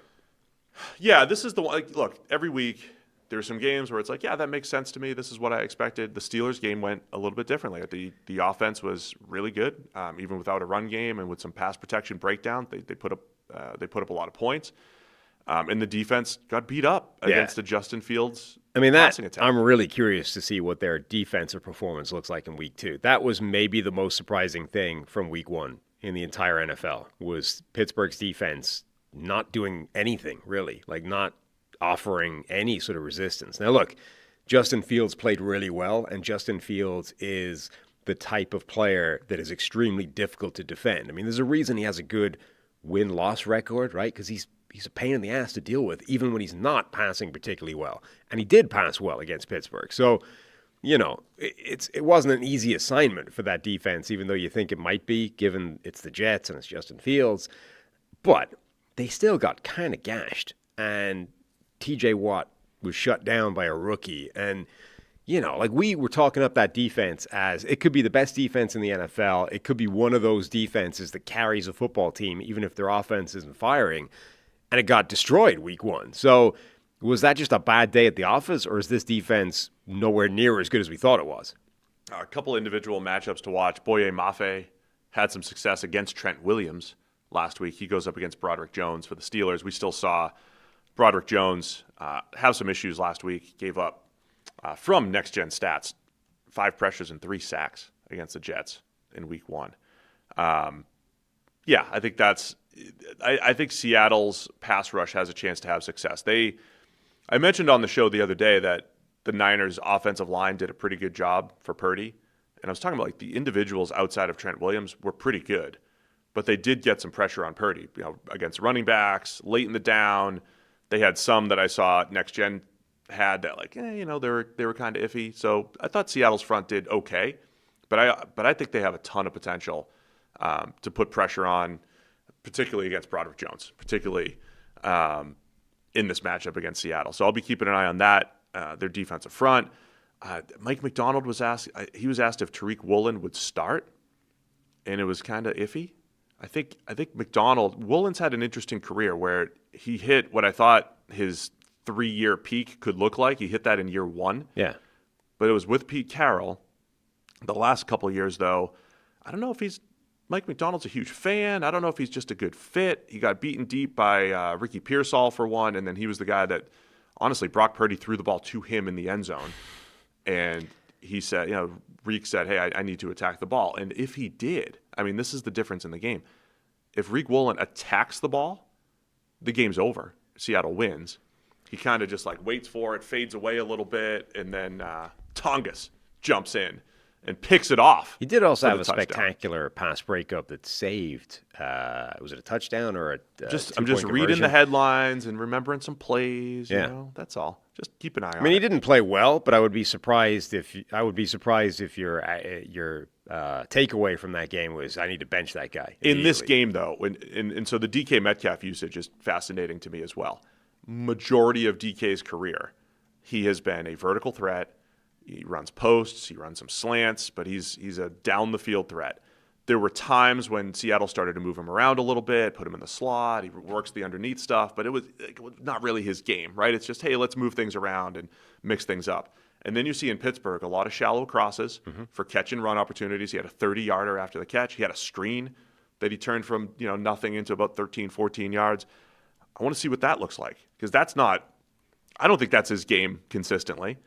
I think he is better in the vertical game. And that matchup with Riq Woolen, which happened at practice for about 4 years, when you talk about size and speed and physicality, that's one of the best you'll ever get in the NFL when you see DK Metcalf against Riq Woolen. So that'll be fun to watch in this one when they're matched up. Yeah, it is kind of fun, though, seeing him deployed in a different way. Like, you sort of get reminded that, yeah, I think his skill set definitely plays more for a relatively limited vertical route tree. But with that size and speed, like he's a terrifying matchup anytime you get the ball in his hands. So if it might look a little bit more janky on random precision cuts, but if you can get him the ball, like he's a nightmare to stop. The Quentin Johnston shallow cross. I mean, just the shallow. But even if you can just, even if he does get open enough on a dig route over the middle or whatever, like if you can get him the football, well, suddenly now a cornerback or a safety over the middle is dealing with this dude in full flight who can run, borderline elite sprinter type speeds. Like he's a nightmare. Next Gen has Aaron Rodgers with going 8 of 11 on play action, 3 touchdowns. I think the only touchdown that he had not on play action was the tap pass. Again, this is why I was saying throughout the week, like there were some, quote, easy touchdowns in there. Credit the scheme, credit Arthur Smith. I thought the concern with Rodgers, he played fine overall. The concern with Rodgers, one panic play under pressure, we threw it right to Brandon Stevens, the cornerback last week who fell down, should have been an ugly interception. Every week I want to see how the 40-year-old handles pressure because there have been some ugly plays in there the last couple of years because you're 40, right? When we saw Breeze at the end of his career, Brady at the end of his career would just kind of throw it away and just not deal with it, right? Because you're just not as nimble avoiding that. And again, if Seattle gets pressure up front, I think they have a chance to disrupt this Pittsburgh offense more than the Jets did last week. You of all people being an anti-ageist type of person. It's disappointing. No, it's the bad analysis where it's like the relatable aspect. Like it hurts me to bend over right now. It hurts me to like pick up a pencil off the floor. Therefore, Rodgers, who's 2 years younger than me, like how could he avoid a pass rush? That's the got it. The horrible analysis that gets so personalized. Yeah, where it's like I'm 43, he's 41. Like how could he even do this? I mean, at this point, the concern with Aaron Rodgers is Broderick Jones. Like, he has what looks like a very problematic left tackle. And, left tackle is probably still the most important position on the offensive line, and it's where the worst player is for this Pittsburgh team. So if Seattle can get after that and, really attack him, and Rodgers is under a significant amount of pressure during the course of the game, it will be a problem. Yeah, I think all of the worst play from Aaron Rodgers is going to come under pressure now. And that is an inevitable result of aging for almost all quarterbacks. For some reason, Brady, as always, was just impervious to anything. Yeah, and Rodgers still has the arm talent. Phillip Rivers, Matt Ryan, like all these guys reached a point where they could still ball, but if you put them under pressure and the pressure became a bigger thing, it just got awful. So Rodgers, I think, is now in that world where he can still throw the football. His arm is still legit. He can still make good decisions. He can still do what he needs to do. But if you put him under pressure and you force him to move, he can't really run anymore. Like he looks like an old man relative to his previous nimble, athletic self, and he probably doesn't want to get hit anymore because he's old. So you're getting plays like that where he throws the ball right to Brandon Stevens. Like if Seattle can cause that as a problem, then that changes things. And then just Seattle's offense really quick. Tough to find any rhythm on the ground. I thought they started pretty good with Zach Charbonnet running the ball effectively, but just did not have any consistency last week. Didn't see much from the pass game. They did hit Jackson Smith and Jigba down the field a little bit, but he had like 80% of the receiving yards. Need some more options to develop here for Sam Darnold in the throw game, as the coaches say. Does their offensive line hold up as well in week 2 as it did in week 1? The 49ers, they've got Nick Bosa. They might not have anything else up front. It also held up until it didn't at the game clinching sack. But again, it was the one player that you had identified as a problem because because he's facing Bosa. Yeah, this week. Again, Pittsburgh might have the best defensive front in the NFL, albeit there's some injuries to deal with. But it's more than just one guy on the right side against Abe Lucas and his neck roll, right? Like the other side is a problem as well. And once they get into the bench, it's still a problem as well. Like this is a much sterner test, I think, for how that offensive line is going to hold up. All right, man. Steelers by 3 in Pittsburgh, and it's 39.5 is the over-under here. Another game with some, like a big-name quarterback like Rodgers, but they're expecting more of a defensive type of game. Where are you going to go? I'm going with the Steelers, even though, as I talked it out, it sounded like I was much more in favor of Seattle. I will go Seattle. Despite the cross-country trip, or the trip to the time zone trip. Time zones. That's the big one. I'll take Seattle to cover the 3. We'll get Harry's picks again later. Get him in the app on Sleeper. Buffalo Bills at the New York Jets, Sunday at 1. Bills favored by 6.5. A battle for first place. No, it's not. Jets lost. Forget it. Remember when the Jets beat the Bills in week 1 with Zach Wilson a couple years ago? Just, you never know what's going to happen in week 1. Zach Wilson's wins are all against really good teams. That was an Aaron Rodgers win, though, the way it's tracked in the NFL. That's true. Bills by 6.5 here. What are you looking for? Yeah, impressive how big that spread still is with the Jets lost, but I thought they looked really good week 1. I think they should have won that game, I think, relative it really to, was both, though. I mean, the Jets defense was very disappointing. It's what was the Kevin Cole adjusted score for that game? I bet it had the Jets ahead. I don't know. We should just get him on to just list his adjusted scores every week. Go look and then just go. Jets off. Okay, let me start with the Jets offense because their defense did disappoint me, especially the pass defense. But the Jets run game was fantastic. I thought Breece Hall looked as good as ever last week as far as quickness and speed. And so the Jets, they were still run heavy, and then they picked their spots. It was a perfect game script for that Jets offense. They used Fields in the design run game when they needed to. Breece Hall looked really good, quick and fast. The run game was good overall, and then they just worked play action. They got Fields to make just enough plays. I thought Fields looked good on third down, pocket movement, finding open receivers, hit Garrett Wilson on that beautiful deep ball. So I'm curious to see this Jets offense, if they can keep it going here against the Bills. Yeah, absolutely. Very different task, but look, Fields looked really good. And the Bills defense got gashed, right? Yeah. I mean, they got gashed, and then they got their usual turnover. Yeah, and they, were strong at the end. I hadn't even thought of that. Yeah, it was bend. Not Don't even break. bend. It was break. It was break repeatedly, and then the one play you actually needed to offset the fact that you've been broken 15 times in a row was the one they got. Like, if they don't get the turnover in that game, they don't win, and we're like, the Bills' defense was an absolute travesty tonight. Instead, they get their customary turnover. It's like, all's good. Bend, but don't break. Bend to the tune of whatever it was, 40 points, but don't break. One more would have been a problem. That's wild.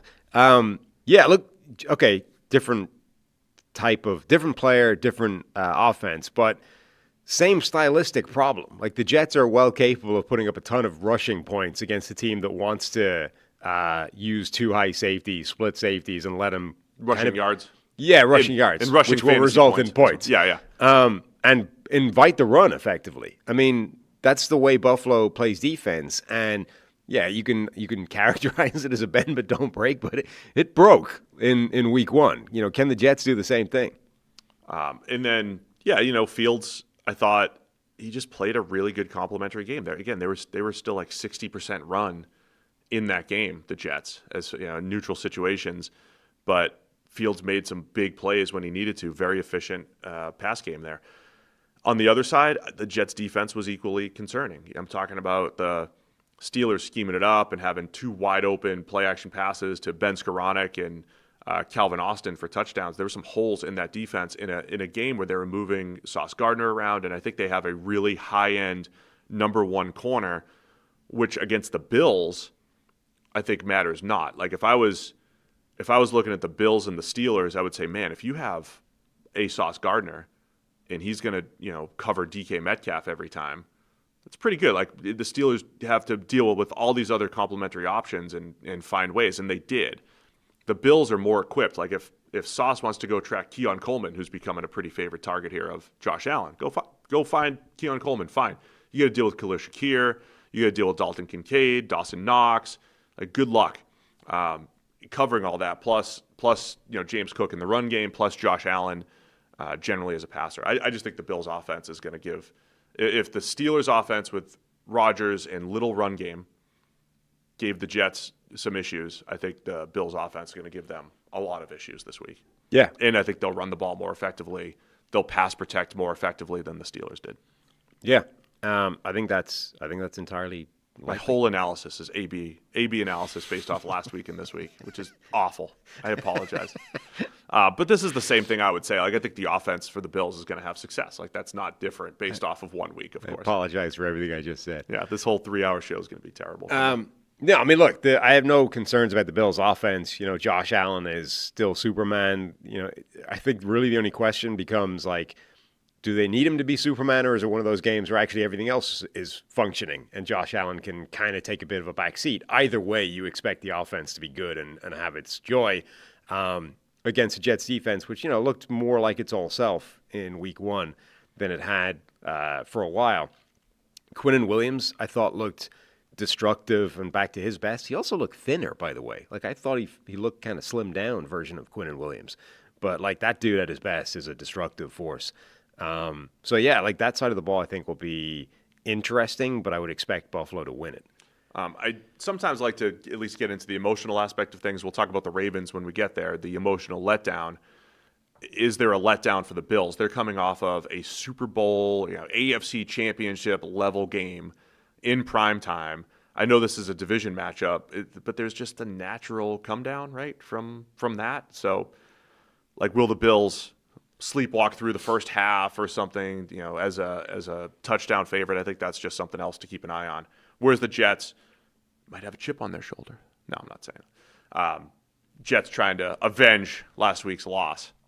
Yeah, I mean, I really want to see if Justin Fields can continue, week 1. Like, was that just a random good game where he was dialed in as a passer, and suddenly if you have an average quarterback who's a freaky athlete dialed in as a passer, well, then he becomes a very good quarterback.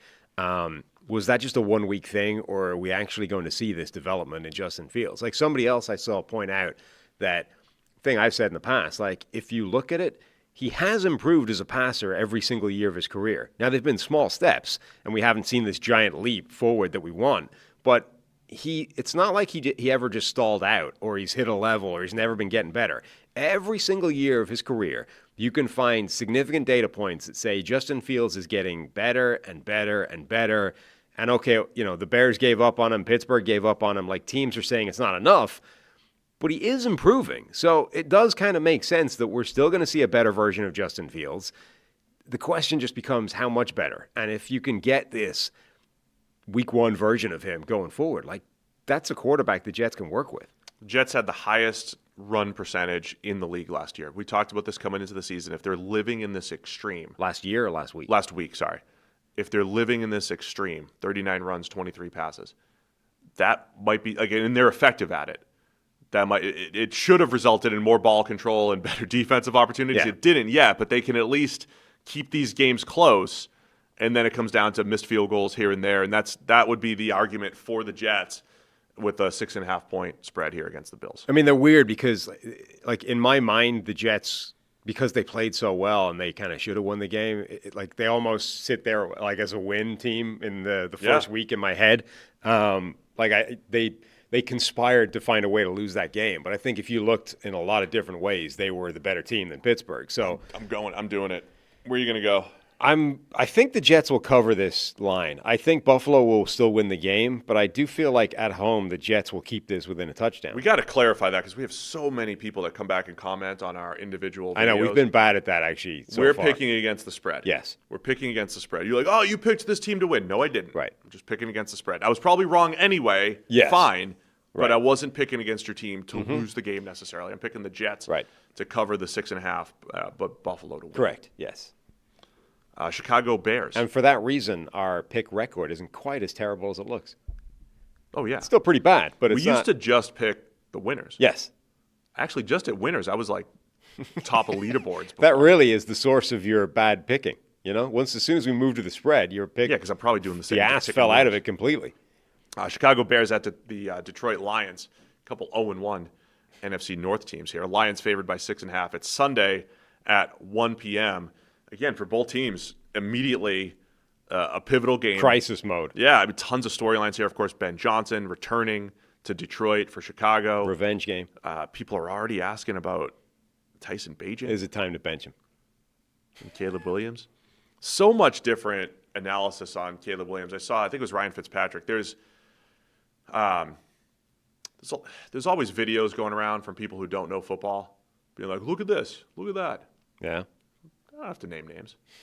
And some of them are valid, right? Some of them are like, this is a bad throw, right? Everybody can see that. But like Caleb Williams overthrowing DJ Moore, who looked wide open. And, Well, the great thing and about at first glance, I'm like, yeah, that is a bad throw by Caleb. He didn't come back and get it. And Ryan Fitzpatrick's like, man, he's supposed to be running a corner, and he's throwing it to the corner, but there's a coverage bust, and DJ flattens it out and puts his arm up, and it's not as bad as it looks because you're throwing it on time. But there were some missed opportunities from that Bears passing offense the other night. Yeah, the great thing about that Caleb Williams performance is that everything was there. So it's the perfect performance for the Twitter one clip, propaganda machine. That was the no Jimmy matter Garoppolo. what you wanted to put out there, Yeah. there was a play there that would exactly highlight what you were saying. Now, hear me out.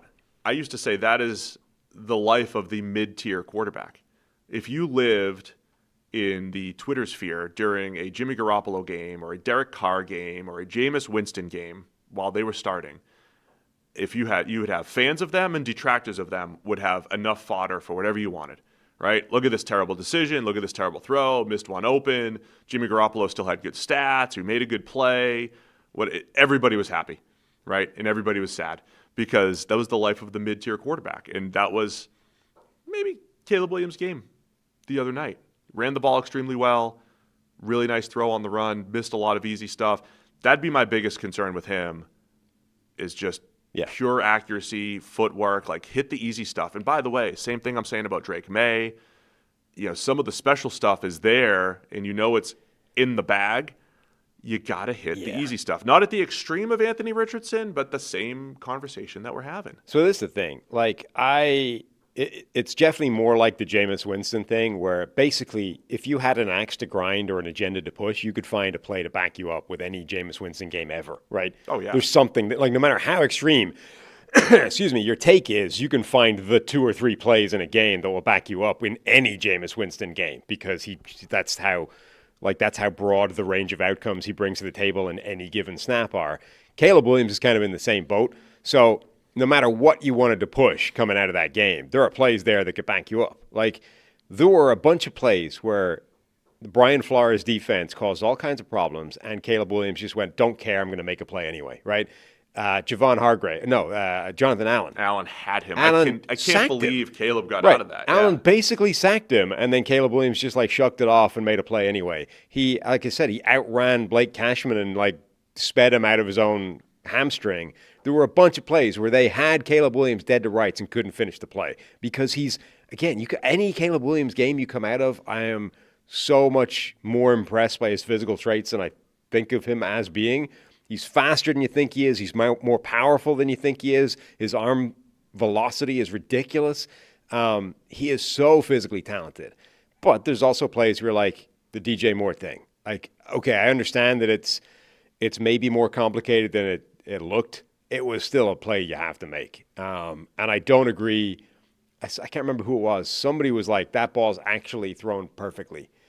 I don't believe that now. I mean, that's under the assumption that he's throwing it on the break to the corner that he's running. And I still think because Moore turned it, he flattened it up into a wheel instead of the corner route. See, this is the thing. Because we're dealing with, three-dimensional space here and only two-dimensional camera angles, we all have to, like, basically guesstimate where that ball actually is relative to the human, right? And everyone has different interpretations of that. So from this angle, you're seeing the ball, it lands 3 yards off the field, right? But obviously that's not where it's catchable because a man is 6 foot tall. He's got a range of another yard. Like it's, you know what I mean? Yeah. So that guy is trying to catch the ball when it's sort of 7-8 feet in the air. Where is it laterally relative to that? These are all, without Hawkeye showing us, these are all up for debate. I feel like that ball was probably thrown too far off the field and would have been a problem regardless of whether he ran the right route. Inaccurate throw. Yeah, but the point is, missed by a mile. You've got that one that I think should have been a play. You've got other plays where he just flat out missed the play. What I'm intrigued in is his physical traits are insane. He showed early in the game that he can execute the offense if you the paint by numbers stuff, right? The Jared Goff, just do what I tell you to do. Including checkdowns that were open, like he was getting to the right read. He showed that he can do that stuff. The accuracy thing, unlike Richardson, who I think is just an inaccurate passer of the football, regardless of circumstance, right? Caleb Williams, I think, is fundamentally not an inaccurate quarterback. But I think sometimes when you are drowning, when you're, in over your head with a bunch of things, I think accuracy disappears. Like Baker Mayfield was a pinpoint accurate quarterback in college who, once he got to the NFL, it disappeared because Baker was drowning. Like he was dealing with Greg Robinson as his left tackle and, a different offense coordinator every 7 minutes. And suddenly Baker can't throw the football from point A to point B without it going somewhere different. Now Baker Mayfield's gone back to being a pretty accurate passer, albeit, one that has a tendency to throw the ball to defenders every now and again. But like the accuracy's back, right? So I think once you get to the point where you're comfortable and confident again in what you're doing generally, the accuracy returns. The question is, can you get to that point? And that, I think, is what Caleb's battling with at the moment. His accuracy is a problem right now. I don't think that it's necessarily an inherent problem that will always be there. But the question is, can you reach the other side through this without being benched? And you're saying drowning, it's second system in 2 years. Right. And so it's fair to say, especially with the attention to detail that Ben Johnson brings to the table, that it might take some time, which goes back to my original preseason take. Like, watch out week 8, 9, 10. That feels if he can make it to that point. I don't know. Ben Johnson didn't come in there to just throw Tyson Bagent in there. He came in there and he opted into the Caleb Williams experience. I think he knew what he was getting into. Sure.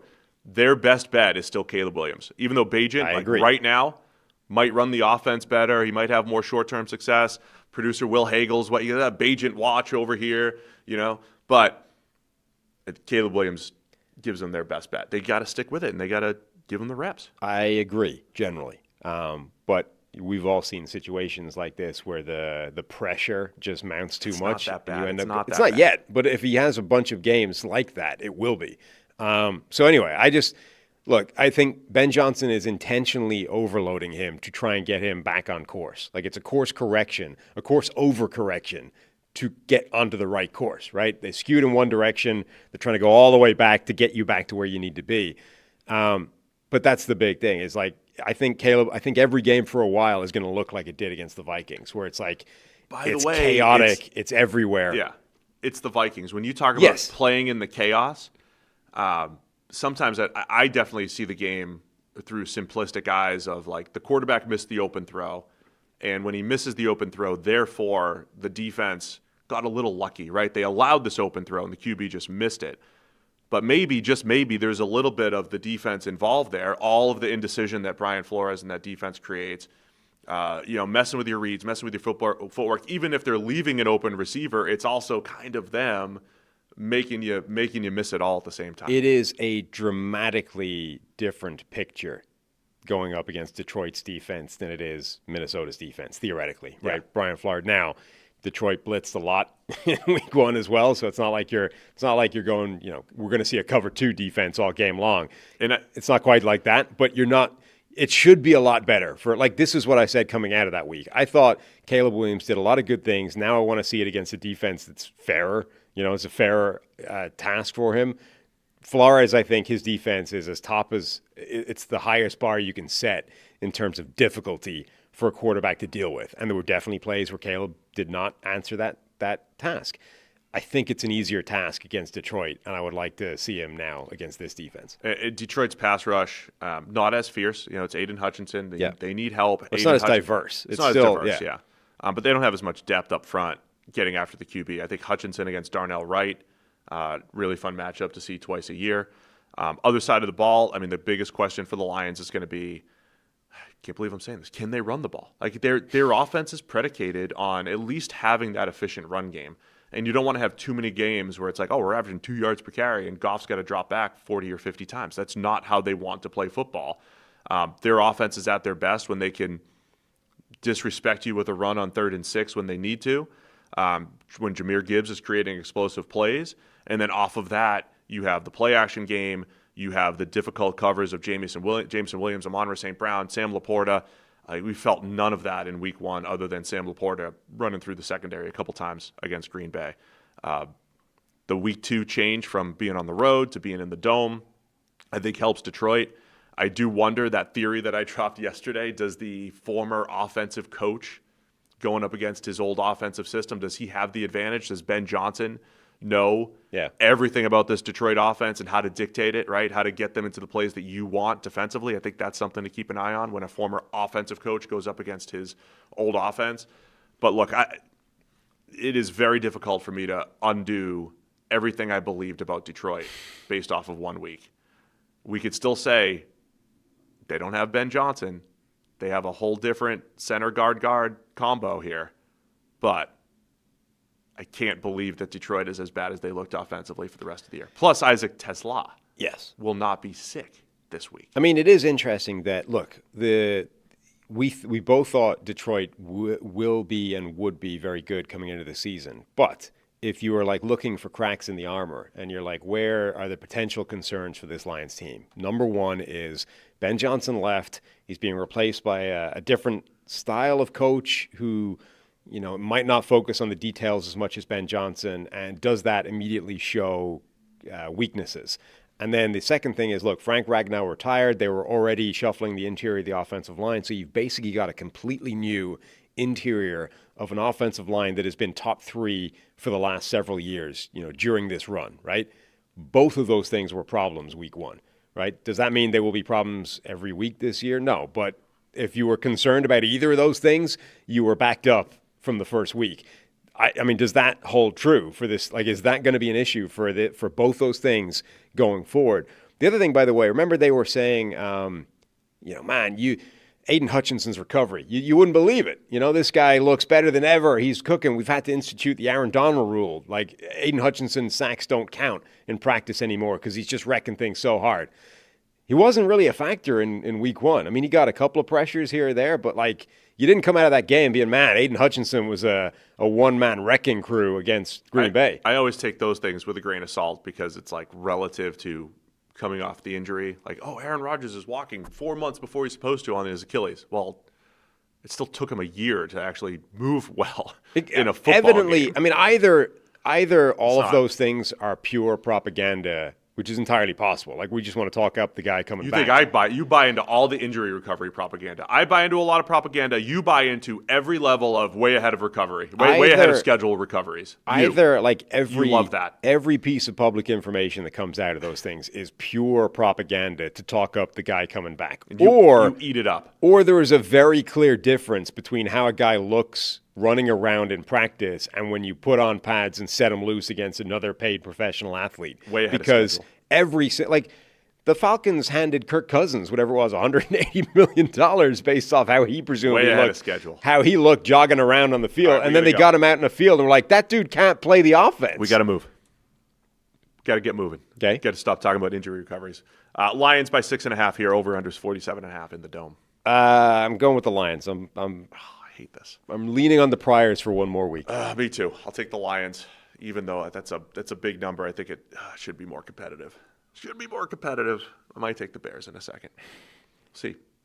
A quick break to talk about our friends over at Root Insurance. Root Insurance believes that good drivers deserve better rates, so they've created a new kind of car insurance that rewards good drivers in an easy-to-use app. Traditional car insurance companies focus on demographics like age, zip code, occupation, and credit score to price your coverage. When Root offers a rate, your behavior behind the wheel gets more weight than any other single factor. They don't use occupation or education level to negatively affect your rate. So while you drive, Root gathers and analyzes data from your smartphone's sensors, and after a few weeks, you'll get a car insurance quote based primarily on your driving. Save up to 44% off your initial Root quote after you take the test drive. If you need a tow truck, jump start, or if you lock your keys in your car, Root will cover the help you need to get back on the road when you opt into roadside assistance. The Root app makes it easy to edit your coverage, update your policy, or file a claim in just 3 minutes. You can get started today at root.com. We're halfway through. We'll go quicker through the rest of the games because they're not as good, but we will try. We're halfway through? Yeah, that's 8, man. Yikes. Jacksonville Jaguars at the Cincinnati Bengals. Bengals favored by 3.5 here. The home opener for the hometown Cincinnati Bengals. Home opener for the hometown Bengals. Orange. Wearing orange or something. Yeah. Signs all around town. Wear your orange on Sunday. Are there? Yeah. Oh. It was supposed to be all orange, and then they pivoted to just orange jerseys, white pants or something, I think. Does that change the picture in the stadium? Like, is that like everything has to be orange? Now you only half people wear orange? You're allowed to wear some white, too, Right. apparently, like the team. Yeah. I don't know. A couple 1-0 teams here. Just a couple of Jags and undefeated Bengals teams. battle for the number 1 seed in the AFC. Yeah. I mean, look, when is this Bengals team presumably going to kick itself back into life the way they do every season? They got away with week one, but they stalled out, looked crappy again. Like, how long does it take them for them to get into a groove and get going? The offense, And why is it a thing? wasn't great, but they snuck the win. I thought the Jags looked pretty good overall. I mean, honestly, it wasn't. I'm just so confused by the Bengals. I hear you. Jags, it wasn't the best all-around performance, but they got a couple big plays in there. 71-yard run by Travis Etienne. He created some big plays. Again, Lawrence, I thought, missed some stuff and let the Panthers back in.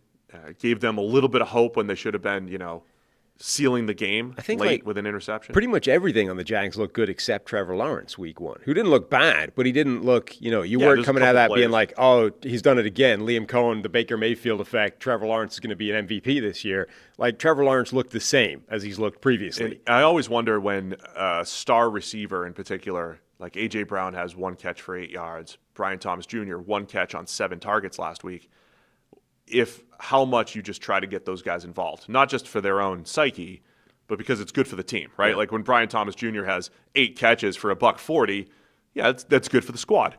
So I want to see how much they're trying to either force it to him. Like the very first pass of the game, they just chucked it deep to him. He wasn't even open.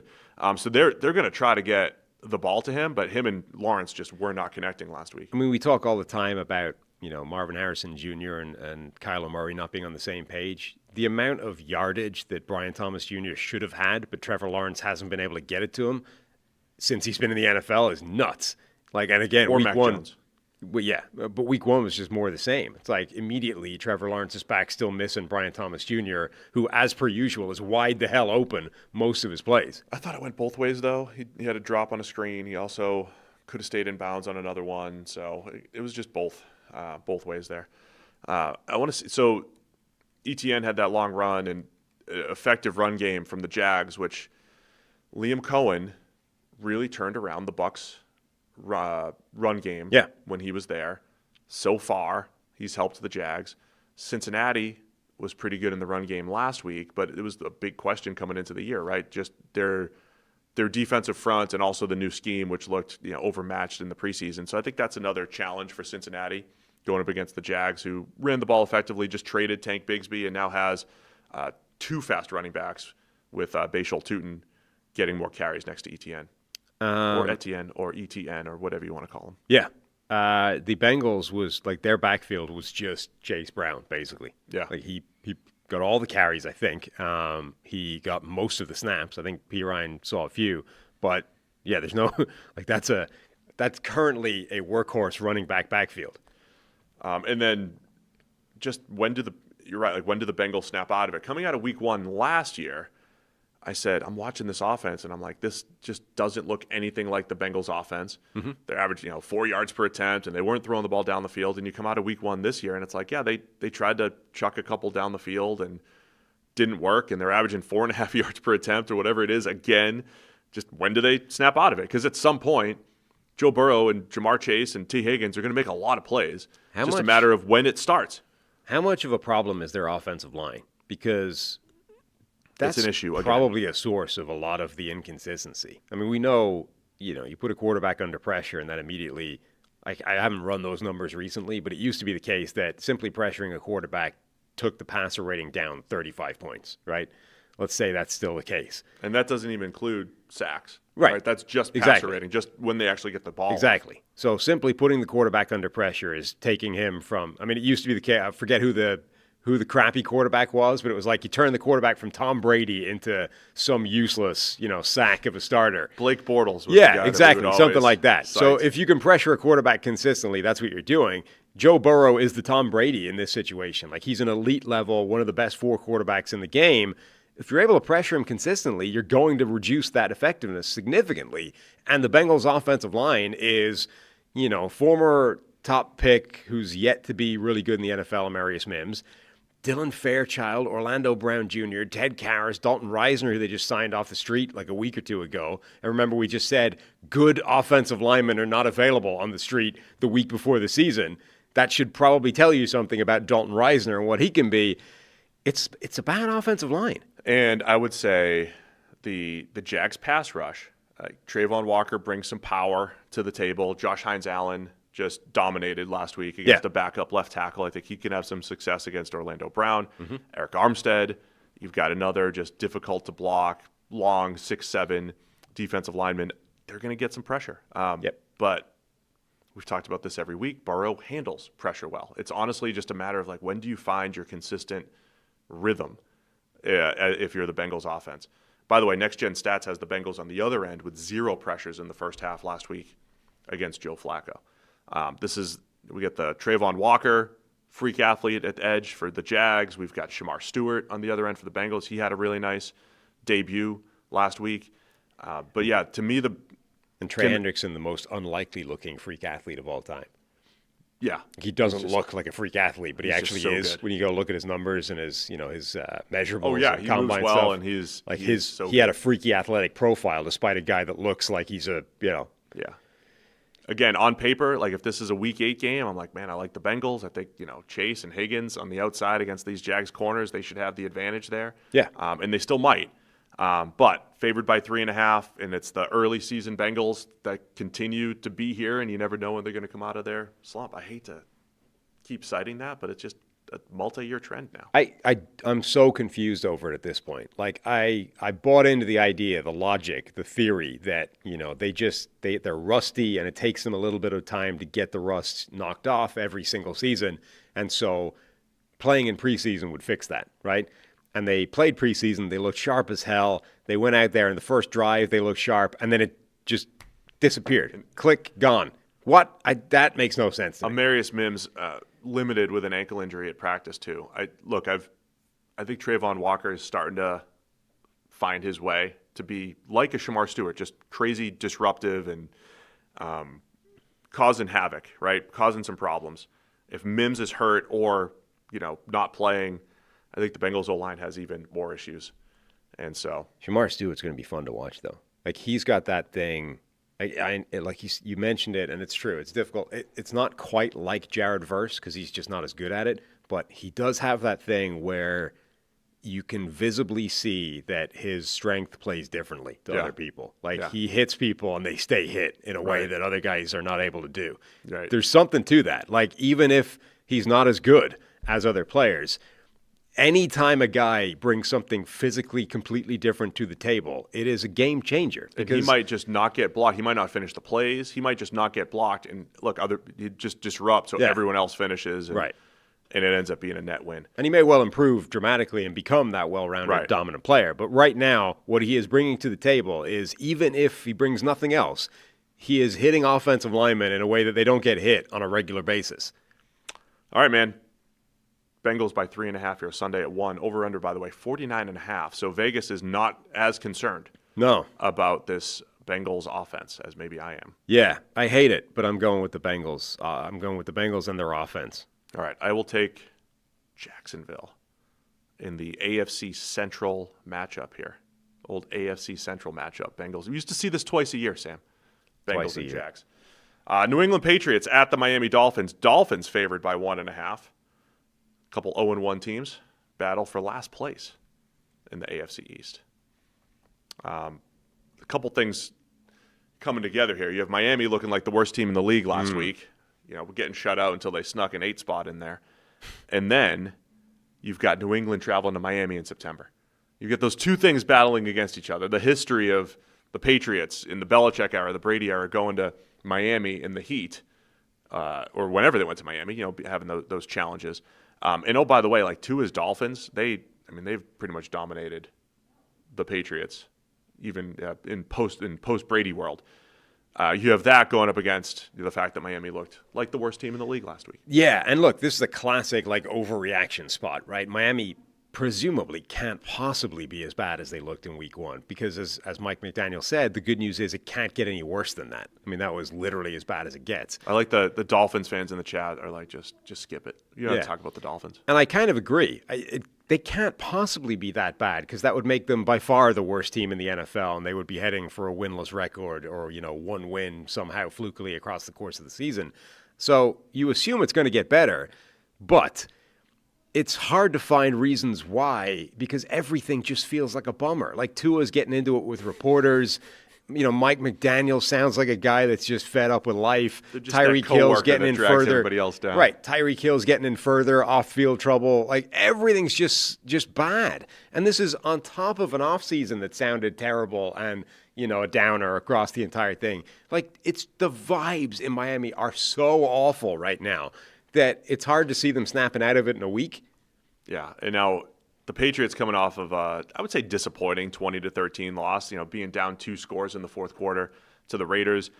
I went back and rewatched the Patriots offense, and it felt like it's always tough to put your finger on when an offense isn't executing or they're not putting up points, and you want to blanket blame someone, a position. It's the quarterback, right. It's the offensive line.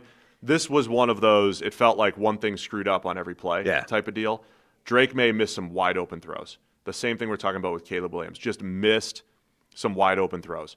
There were other plays, man. The scheme was awful. I'm watching him. He's at the top of his drop, and he's got receivers, still like 10 yards before their break. There's no timing there. And then the offensive line. I don't think the offensive line, man for man, was awful, but I think there was a lot of blown one block per play type of plays.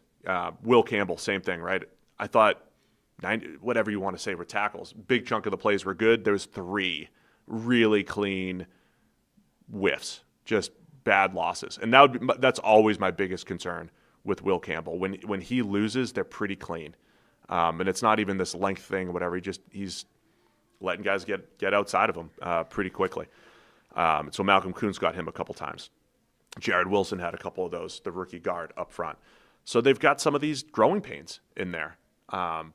So that's what I saw. There was some hints that Vrabel saying, there's a lot on Drake May's plate and they want to simplify it or whatever it might be. And maybe that's part of the inaccuracy, like you're saying, when you're swimming, it affects footwork and it affects misses. But I thought there was some positives in there. Keyshawn Butte looked good. I thought Stephon Diggs started to get a groove. Demario Douglas had a drop in there, but he's usually pretty good at getting open. I want to see New England try to run the ball a little bit more. And I do think their defensive front did a really nice job against the Raiders, causing some havoc there, and I think they have a chance to do that against Miami here. I was so mad at the Patriots for not having Kyle Williams as a bigger part of the offense. Not for a couple of reasons. Number one, because it's one of those, I hate when you have a guy that gets drafted reasonably high, and he goes to a team where there's an obvious need and pathway to playing time for him, right? And then even usually in training camp and preseason, the hype stays, and then you get to week 1, it's it just disappears. It's no, actually, psych, none of that was real. He's going to play 5 snaps. That's what happened with Kyle Williams. Okay, he hadn't had a dominant preseason or anything, but there were plays where he looked awesome, and they weren't able to connect. Josh Dobbs throws it 1.5 yards behind him on a slant where he was wide open, that kind of thing. But he played 7 snaps in this game. Matt Collins played 35 or 40 or something. It's like we can't find some snaps for Max Moore, your traditional whatever. X, Matt though, Collins, Stephon Diggs, Keyshawn Butte playing like 55 snaps. Like you're telling he's me, good though. He's better than Williams. I'm just right saying now. we can't find 25 snaps for Kyle Williams to get out there and carve people up with his route running. I know you want to see that. You want to see the rookies there. Matchup to watch though for me, like I said, Milton Williams, Christian Barmore. I thought Harold Landry had a really nice debut. Is it official 2.5 sacks by the NFL? It's 3. Tackled the quarterback 3 times. But Landry had a pretty good game. We may not be part of PFF anymore, but we still believe that half sacks are stupid. I will never do the half sack thing. Yeah. We'll never convert to half sacks. They're dumb. If you've ever heard my diatribe on that.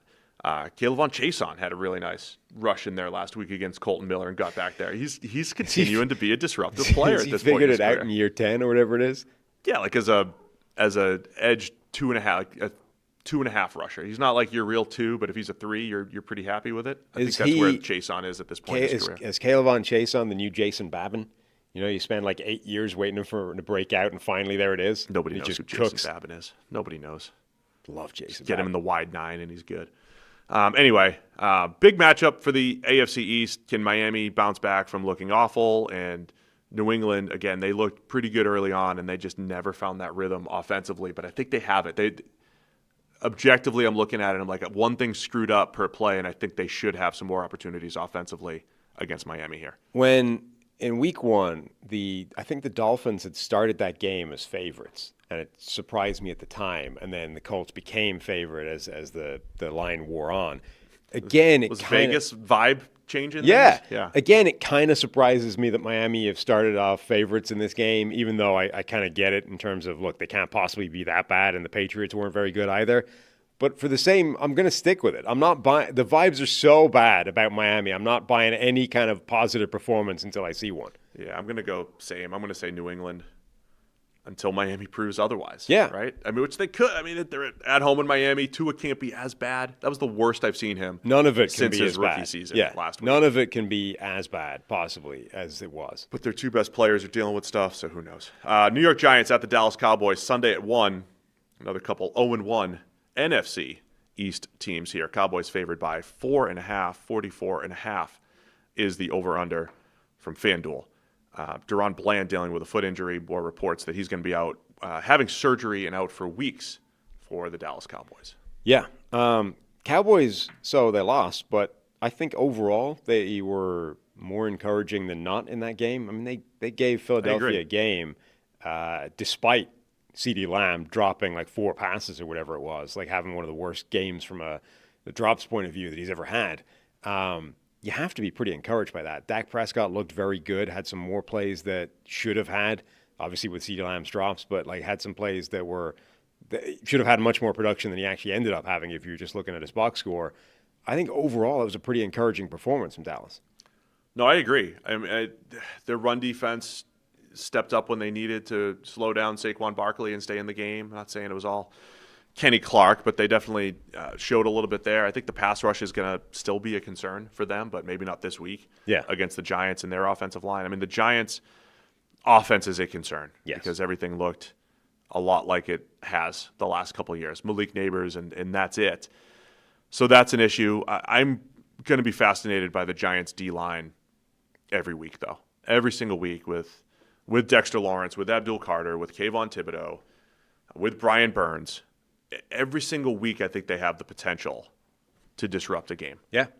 Dallas's offensive line, Guyton was still having his issues at left tackle, so good luck with this group here. Their offensive line it's got Tyler Smith, I think, is a very good player now at left guard who could probably play left tackle well if you needed him to.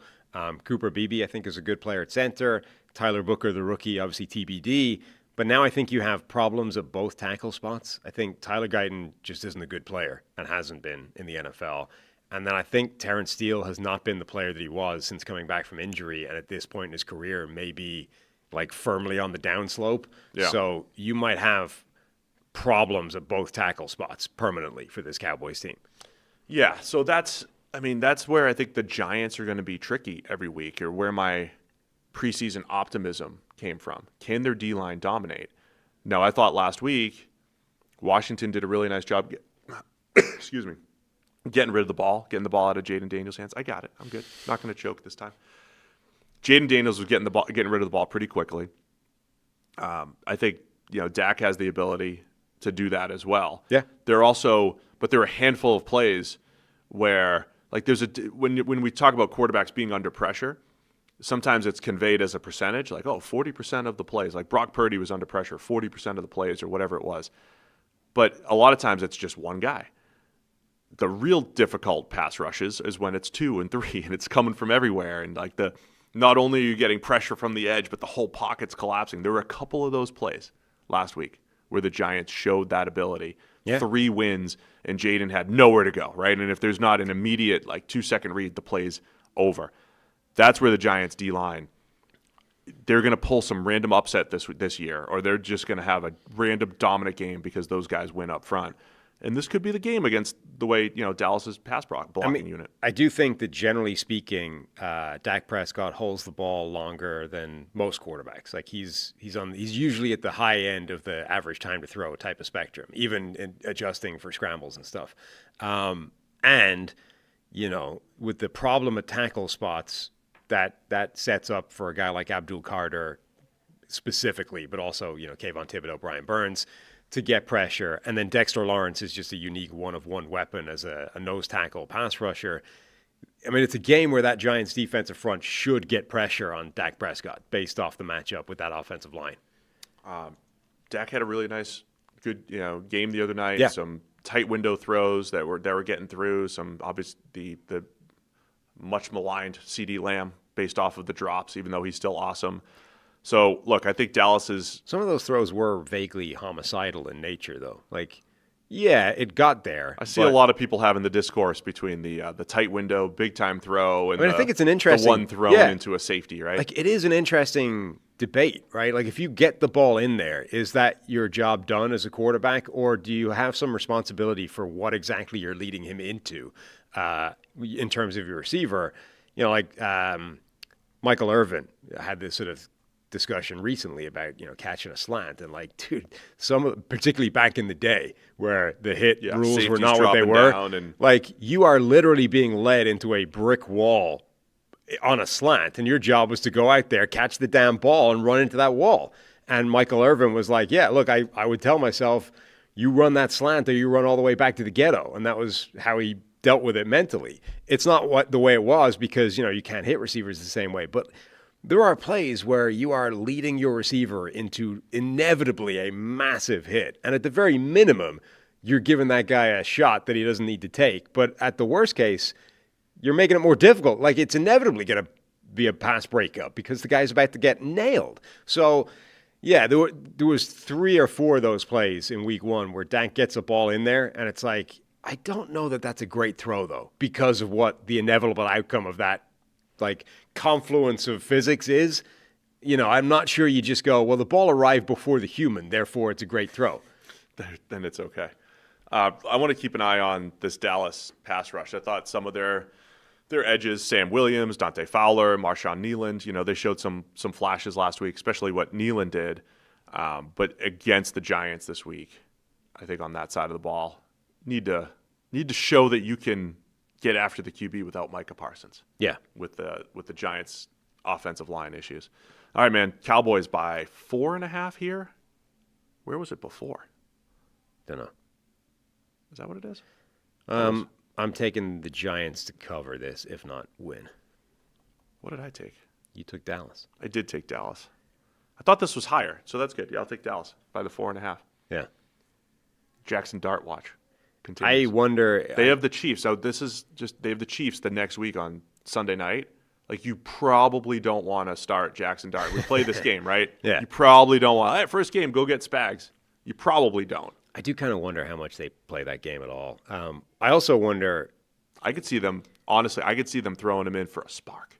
You have three straight drives with no points. That's exactly what I was going to say. Sorry to interrupt you. If you have been this, if you have equivocated this much on Russell Wilson between week 1 and week 2, how much time does he have in the game before you bench him and put Jackson Dart out there?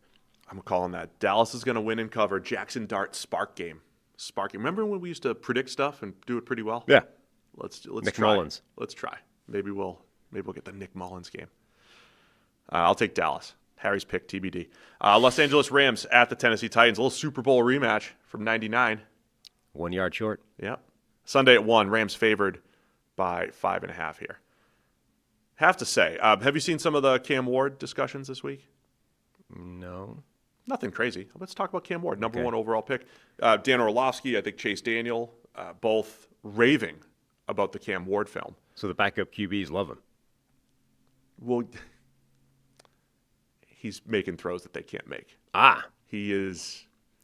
That's quite a large part of Dano's repertoire. I can't do that, so I'm really impressed. The man's mind is just blown by like high-end quarterback physical tools. I've said this before. The worst, my baseball analogy, the worst game-calling catchers, right? So the catcher calls the pitches, Sam, right? And the pitcher executes. I could shake him off, but he calls the pitch. Okay. The worst catchers were the ones who called the game based off what they couldn't hit, right? So they'd be like, I can't hit a curveball, so I'm going to throw. But it's like I'm throwing to this hitter. I'm not throwing to you, who's an awful hitter. That is sometimes you get this analysis where it's like, I'm so impressed with what Cam's Ward do. I can't do that, and I'm fine with that. So you have, on one end, you've got people raving about Cam Ward. On the other hand, you have people reciting the stats all the way, from sack percentage to CPOE to QBR, and you're just citing every stat, which is awful for Cam Ward. And as always, the truth is somewhere in the middle. No. With Cam Ward. Can that possibly be true? And I wanted to go back and give it a second look, and there's definitely a lot to like there. And out of 35 or so dropbacks, there was probably 7 or 8 where he had no chance. Yeah. Where he had no chance. Other ones that he did, man, he missed a touchdown on the goal line, had a little sprint out, had an open receiver, and he's peeking back at the pressure. And so there's rookie plays in there from Cam Ward. But overall, you talk about the arm talent, the zip on the ball, up the seam. Like he can see it and throw it. And maybe even, I think he has enough of a quick release and arm strength to offset anticipation, which I don't always say. In other words, you don't have to, you could sacrifice some anticipation because you're going to get the ball into these windows because of your release and velocity. That stuff was impressive, and certainly there were some drops in there that hurt timeliness-wise. Yeah. But it was an up-and-down rookie performance from Cam Ward, but against a really tough defense in Denver. Yeah, it sort of felt like if you gave Shedeur Sanders, high-end physical tools, it felt like a Colorado game from last year where you're like, I don't know how much you can even take out of this because it's non-workable for like half the plays. But you were at least like, oh, look, he's obviously got an arm and he's athletic and stuff, right? So that's kind of what it felt like to me. There was definitely encouraging signs. There were also some plays that he missed. But you're like, look, it's as difficult a task as you're going to get. It's less complicated than a Brian Flores defense. So depending on what you value the most in terms of difficulty from a quarterback perspective, you could say, look, Flores is more difficult to deal with. But like this is an aggressive defense. It plays a ton of man coverage. Their personnel is exceptionally good. They're going to get as much pressure as anybody. It's as hard as it gets. The problem is, it's almost as hard as it gets this week as well. And it's the same. It is a tough start, man. And that was the other thing. Like when they had 3rd and longs, I always look for blitz answers. 3rd and long, it's tough because you want to throw the ball beyond the sticks. Denver is just throwing overload blitzes at them. There's free rushers, and they don't have anybody to throw to. They've got these downfield routes, and there was nowhere to go. Plus, Nick Bonito was blowing up the entire game. I mean, that's an issue. We talked about Tennessee maybe creeping back toward average on the offensive line. And part of that was, Dan Moore is just a rank average offensive lineman. At least he was last year. He had been below average for 3 straight years. Well, he got whooped last week by Bonito. Now he's got Jared Verse this week. Like if Dan Moore is a liability at left tackle, and by the way, J.C. Latham, he struggled a little bit, then he got hurt. Oli Udo comes in. He's not even a great swing tackle. I mean, if that's what you're dealing with, and you've got this Rams front after playing the Broncos front, it's a rough start here for Cam Ward and the Titans. Yeah, and it's not like they have Calvin Ridley and some young receivers that are unproven. That's the thing. Like you've got an offensive line that has got a bunch of question marks. Lloyd Cushenberry coming back off injury as well. Like you might have 3/5 of that offensive line that are going to be problems all the way through the year. Maybe it'll be 2/5, whatever. Like you've got some issues. The receiving core looked like it was problematic on paper and kind of is. It's Calvin Ridley Maynard, the rookie, showed some flashes week 1, but not enough that you'd be like, yeah, he's definitely the dude that's going to carry this thing. So, yeah, there's just not enough help around him yet. And that's fine if it wasn't for the fact that week 1 is one of the best defenses in the NFL. Week 2 is another of the best defenses in the NFL. Like, it's tough sledding for Cam Ward to start the season. Rams are favored by 5.5. The over-under is just 41.5 because the Rams just scored 14 the other day. I mentioned their last 4 regular season games with their starters. They've given up 6, 9, 9, and 9 points. So the defense has been outstanding. But I thought Tennessee's defense also did a nice job. Now, Bo Nix had some, I would say, unforced type of errors last week. But Tennessee, you've got Tavondre Sweat, clogging up the middle on a QB sneak. Jeffrey Simmons creating a lot of pressure on the interior. Tennessee's defense, they were feisty last year. They just had some awful special teams, and it hurt their points per game and everything. But I think we could see a bit of a defensive battle here. But the Rams' offensive line, a question last week going up against the Texans. But, man, I think you already saw a Stafford-Devontae Adams connection, Stafford to Puka Nacua.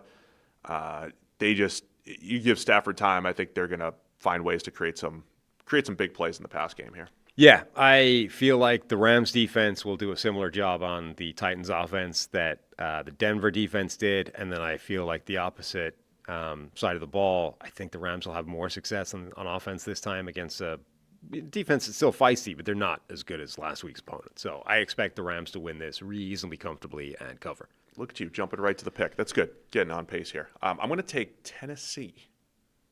I'm going to say their defense keeps it close. So they're going to Rams to win, Tennessee to cover the 5.5 here. That fair? Yep. So people don't come back. You picked against us. Quick break to talk about today's sponsor, Brooklyn Bedding. Brooklyn Bedding handcrafts every mattress in their Arizona factory. No middlemen, no gimmicks, just top-tier quality, honest pricing, and real American craftsmanship for a better night's sleep. Sam, you are a convert to the Brooklyn Bedding mattress. Tell us all about it.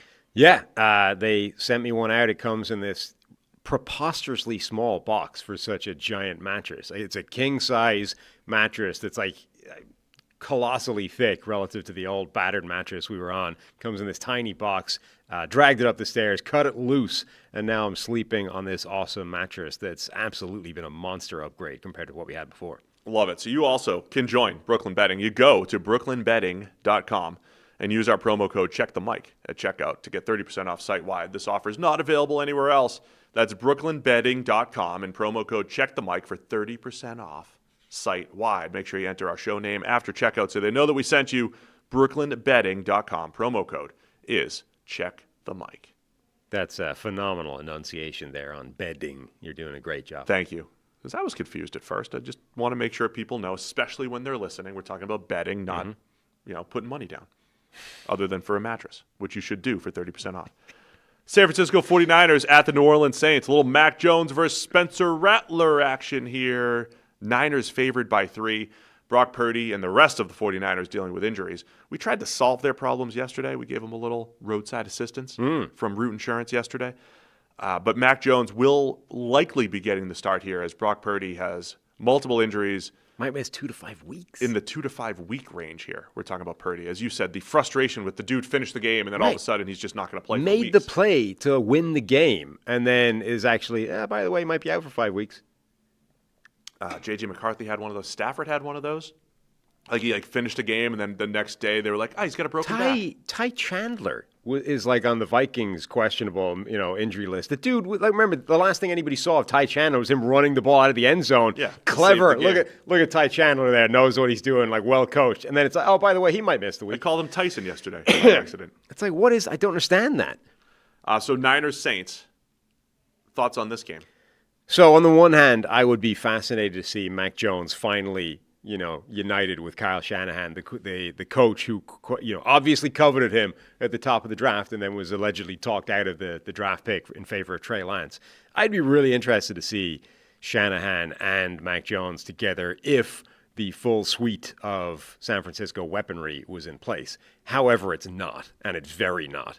So Mac Jones with Christian McCaffrey and Ricky Pearsall, and maybe that's it, doesn't feel quite as exciting and kind of feels like it's almost setting him up to just have not a great game and us being like, That was never going to go anywhere. Yeah, I mean, look, if all the reports were true that Shanahan did like Mac Jones back in 2021, why is that? Which, by the way, I still find unlikely as a concept that Shanahan was like 100% sold on Mac Jones as the guy he wanted to give up 3 first-round picks for, and then somehow was talked out of it and went in a different direction. That still seems to me preposterously unlikely. I don't know, man. But if they were in on him, it would have been because the guy could run the offense, get rid of the ball quickly. We saw elements of that in Mac Jones' career.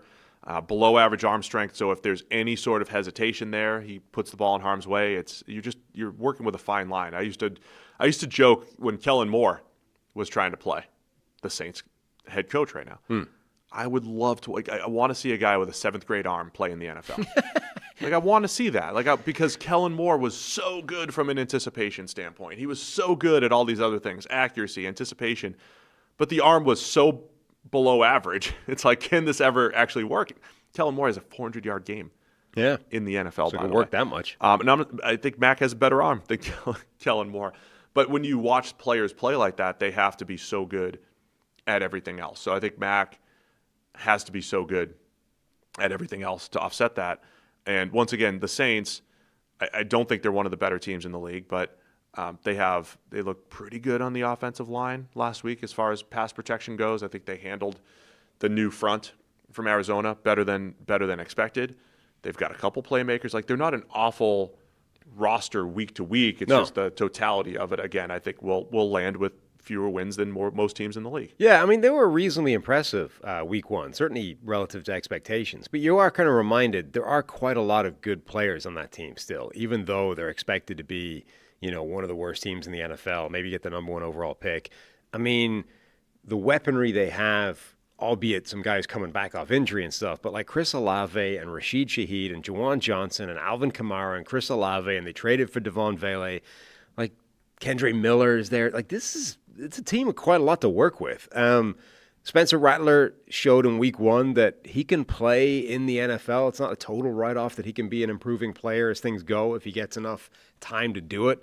The defense, I think, has some concerns, and that's where a lot of the talent hemorrhaging has come in recent years. They've let a lot of guys go for cap savings reasons, and they haven't necessarily restocked that cupboard. But yeah, they'll actually be an interesting team to watch week on week, I think. Niners' run defense was interesting to me because, again, I was watching their entire defensive line, adding Mykel Williams, the rookie defensive tackles.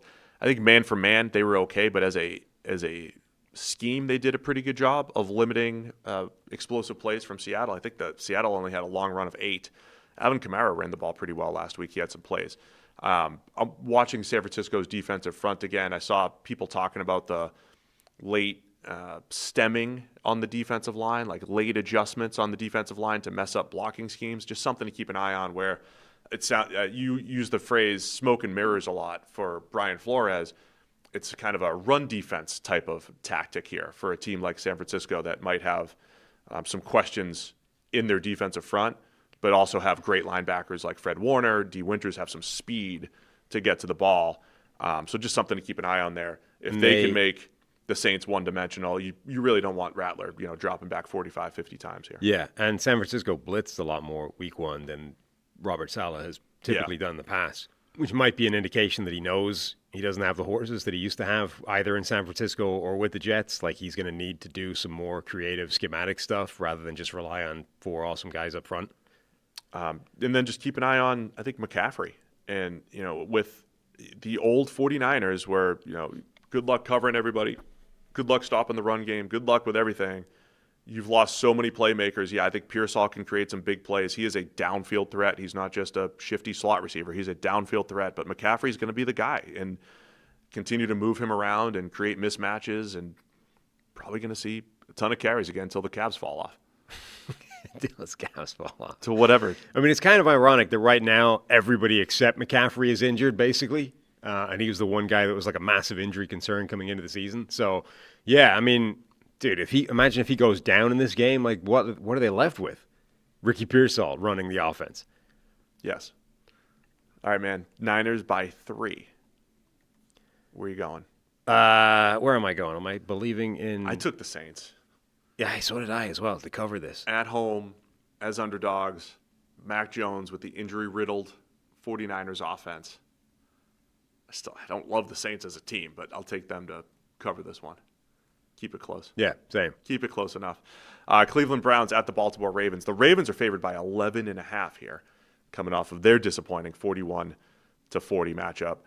45.5 is the over-under here. A lot of the power rankings, rather than just win-loss rankings, the power rankings still have the Ravens high, right? I mean, they just had one of the most, honestly, that was one of the most dominant offensive performances, play for play, that you'll see, particularly in a big game. Now, I know the Bills scored one more point, The Kevin Cole, but it wasn't a play for play.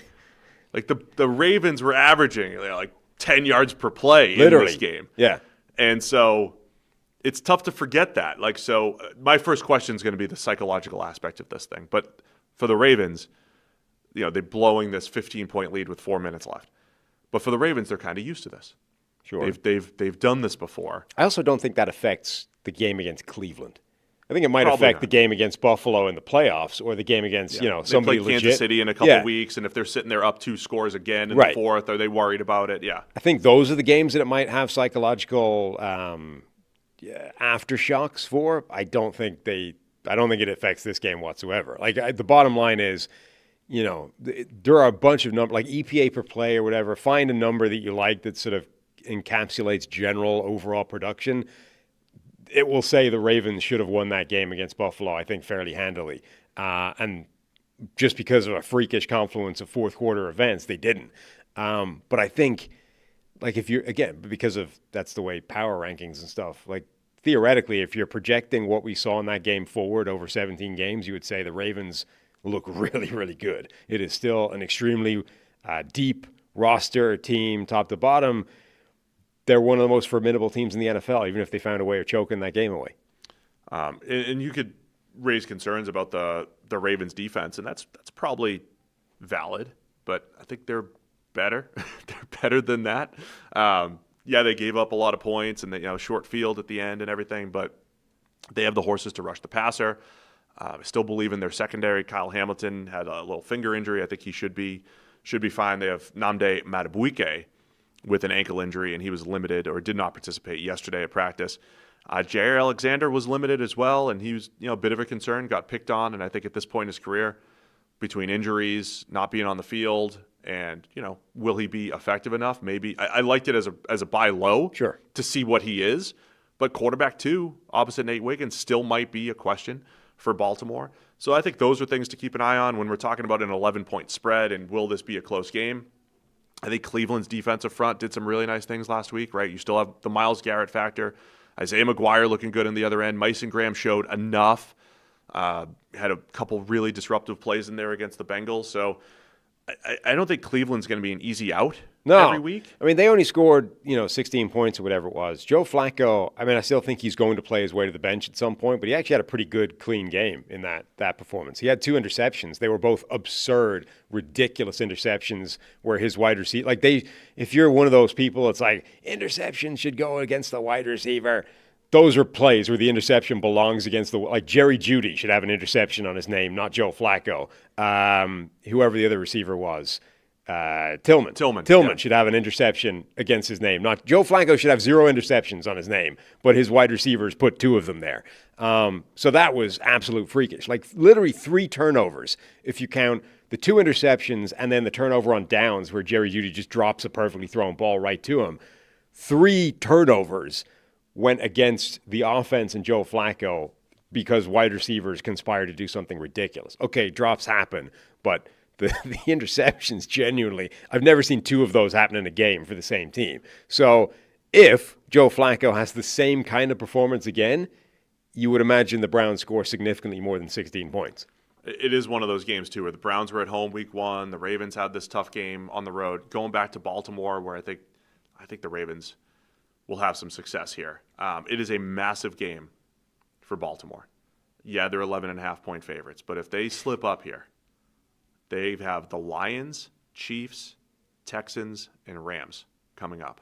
Yikes. There's a few teams where I've looked at the early season schedule, and I think it's a significant storyline where you have a chance to, if you start 4-2, you're like, all right, feeling pretty good about this. If you start at 2-4 for some reason, it's not that you can't come out of it, but it's, you're digging a hole that you have to try to come out of. If the Lions are what we think they should be, maybe they're not. But Lions, Chiefs, Texans, and Rams coming out. So this is supposed to be the one easy one for the Ravens in their first 6 games. Then they have the Bears, too. I mean, that's not an easy game after the Rams. So but it shows what a blown opportunity that week 1 was, Oh, huge, right? Because they played the Bills, Lions, Chiefs, Texans, and Rams. 5 out of the first 6 weeks. That is a rough first schedule. 5 out of the first 6 all finished in the final 8 teams last year. They could find themselves in early trouble despite looking like the best team in the NFL through, 56 minutes of that game? Yeah. I still don't think most teams have an answer for Lamar Jackson and Derrick Henry. And just to rehash what we discussed a little bit yesterday, I know this was another blown lead from Harbaugh's Ravens. Yep. There's 2 things that are true. They have way more 10-point leads than anyone else in the league because they're always up, right? They're that good of a team. So theoretically, they would also blow more of those games. They also blow a higher percentage of those games than the Bills, the Chiefs, and some of the other better teams. Yeah, no, true. I hate this because it's such a big line, and I think Cleveland, there's actually a lot to like about Cleveland. Like that defense, you're sort of reminded that they have quite a lot of good players back there, right? Yeah. Even in the secondary. Greg Newsome, a former first-round pick, Denzel Ward, a former first-round pick, Carson Schlesinger, their second-round pick from this year, looked really, really good as a linebacker right out of the gate. And then obviously Myles Garrett, a singular, unique alien up front doing what he does. They can do a lot of damage on that side of the ball. And yet, Baltimore was so dominant for the first 3 quarters of that game, even though they found a way of making a mess of it at the end. I sort of feel like that's more important. Last year, the Browns pulled the upset against the Ravens in 1 game. So this has been the story the last couple of years. It doesn't even matter if it's in Cleveland or in Baltimore. Like the Browns have snuck a tight game in there or an upset against the Ravens and gotten destroyed in the other one. They get Quinshon Judkins back, I think, for this game as well. They finally signed him after his legal problem was resolved. And immediately, of course, Cleveland, therefore, we're in. Jump right in. Get in there. So maybe you get his debut this week. All right, man, 11.5. Where are you going to go? I'm going to go with the Ravens, even though I hate it. I'll take the Ravens as well. They're going to come back mad. They're going to be mad. Cleveland, by the way, hilariously just a complete transparent lack of morality with any of those personnel moves, right? Deshaun Watson, as soon as it's legally in the clear, we're good. What else would you do? What else would you do? Well, I would potentially say, your second-round pick that then got immediately thrown up for domestic violence. The NFL he's not clear of NFL issues. He may well be suspended from that still. So what would you do if you're the Browns? I don't know. You're going to have your own suspension outside of the NFL? Maybe. Wait for the NFL suspension. The second he's legally in the clear, you just re-sign him. You're like, let's play. Is any team not doing that? I think there are teams that have stricter moral standards than the Browns do at the moment. Yes. Ravens by 11.5. We're both taking them. 2 more games. Broncos and Colts Sunday at 4:00. Peyton Manning Bowl. Broncos favored. Peyton Manning Bowl by 2.5 here. Different game. Nope, we're almost there. Broncos and Colts battle for the number 1 seed in the AFC. Battle for the number 1 seed in the AFC. This is where you find out how much of the Daniel Jones thing is for real. All right, now go do it against Denver's defense. Now we'll get an idea of what we're looking at here. Yeah, I thought. Look, Miami was awful. Yes. Really liked the way the Indy offense looked. I mean, it was when you describe Daniel Jones through the years, it's like, you can run the offense, get in the right play, get rid of the ball pretty quickly. For the most part, he did. He had one mishap in there where dropped interception or, play that probably should have been a pick. But they looked really good. Good play action game for the Colts. This was also, let's not forget, 2 years ago, Shane Steichen had this Colts team on the verge of the playoffs with Gardner Minshew, and he got probably the best, I don't know if it was the best stretch of play from Gardner Minshew, or at least the best team results out of Gardner Minshew as the starting quarterback that we had seen since, Minshew's rookie season, and I don't even think they won a lot of games. He was just kind of impressive for a 6th-round rookie.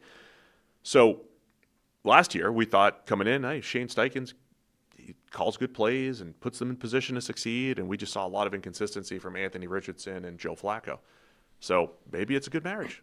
No, Steichen I and mean, Daniel look, Jones. I think all those things are potentially true. Like we highlighted this coming into the season. This is the best situation Daniel Jones has ever been in. You can make a compelling case that it is the best receiver core, offensive line, and coaching situation he's ever had supporting him. So a career year from Daniel Jones was never beyond the realms of possibility. But if there's one thing from week one that might be like the single biggest sort of outlier skewing the perception or reality, it might be that Miami team. Like if that Miami team is actually a dumpster fire that's on its way to, coaches being fired like 5 weeks into the season and a complete implosion, then what we saw from the Colts might not be what we thought we saw. You also have the Colts defense looking really good in week one. Yeah. They were forcing some turnovers, and again, is it unforced? I thought there were some unforced errors by Tua in there. I thought they looked just unprepared and overwhelmed. But you want to give the Colts credit as well, going up against the Denver team, where there was a lot of positive vibes around Denver last year, especially the way Bo Nix finished. But you had a little flashback to rookie year, early season Bo Nix, where there was some poor decisions and just inconsistency in the pass game there. So Denver finding. Look, I think Troy Franklin and Marvin Mims, like those guys can be good complementary pieces, but you got to see that every single week from Denver, and it wasn't always there last week. The run game was better. Nice R.J. Harvey runs and J.K. Dobbins.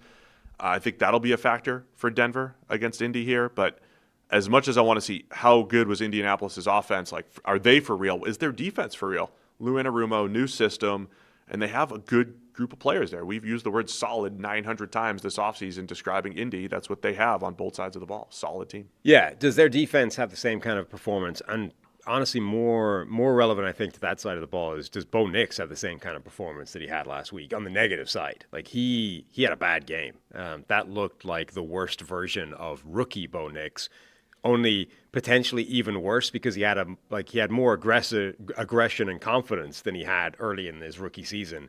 But that had negative consequences because he was making mistakes. So, they need to get that back on track immediately. Otherwise, that's a huge problem for them. Confidence was sky high for Bo Nix heading into the season. But if that's the guy he's going to be, that's awful. So, yeah, does Bo Nix back up what he did week one? And what does the Colts defense do? Colts offensive line against the Broncos defensive line. I think this is it. Plus Denver's blitzing, right? Denver's defense with Vance Joseph has been a good combination of four-man rush that can get home with all different types of bodies, and they timely blitzes from Vance. I think that's going to be the story of the game. We've seen Daniel Jones under pressure for the majority of his career. It's not great. If he's under pressure, I think Denver has some success. Nick Bonito against Bernard Ryman. Want to see that matchup. Yeah. Colts should have a little more success maybe than Dan Moore had last week, but I don't know. Bonito he's in the zone, man. He looks awesome for Denver. Broncos favored by 2.5 here on the road. Where are you going to go with it? I'm going with Denver. I am too. Show me another week. Yeah.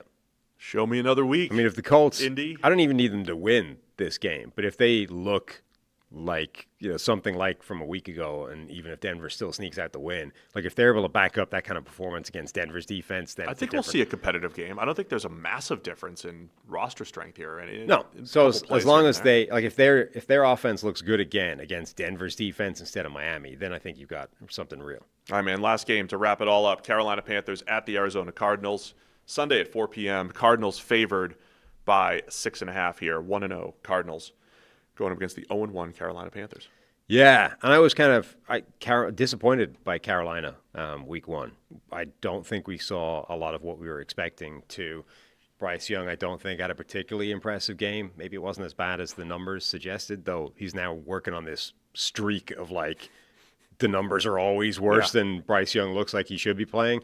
I think the numbers kind of told the story this week. Yeah. He had some impressive plays in there. It's different. It wasn't deer in the headlights, Bryce, but it wasn't great. Right. So I don't think he was quite as bad as the numbers say, but I don't think he was good either.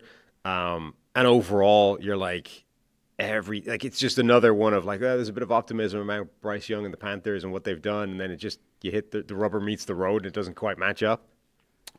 Arizona, they fought hard and pulled off the win against New Orleans. I thought they might win a little bit more handily than that, but it's first game on the road. Arizona coming back home, I think that's a factor for them where they have the pieces on defense to cause some problems, to create some pressure, and then offensively, I guess Kyler was sick last week, and he was fine overall. I thought Marvin Harrison Jr. had a nice game.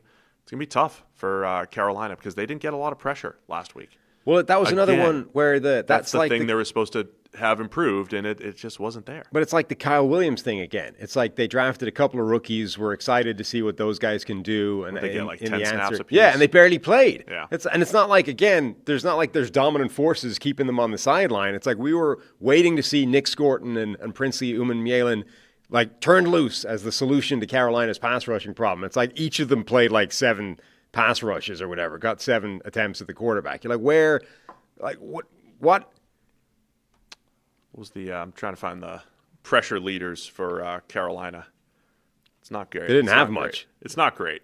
So yeah, I think pass rush is still a question for Carolina. But Pat Jones is keeping Nick Scorton on the sideline for the entire game. Like, why? What's happening? I mean, they spent some money on Pat Jones and Tershawn Wharton, both guys on the injury report, by the way. Pat Jones limited yesterday. Wharton did not participate. Ike Ekwonu still limited. Not sure if he'll be back. That was also a huge factor last week. Yeah. Having Josh Nijman as the backup tackle.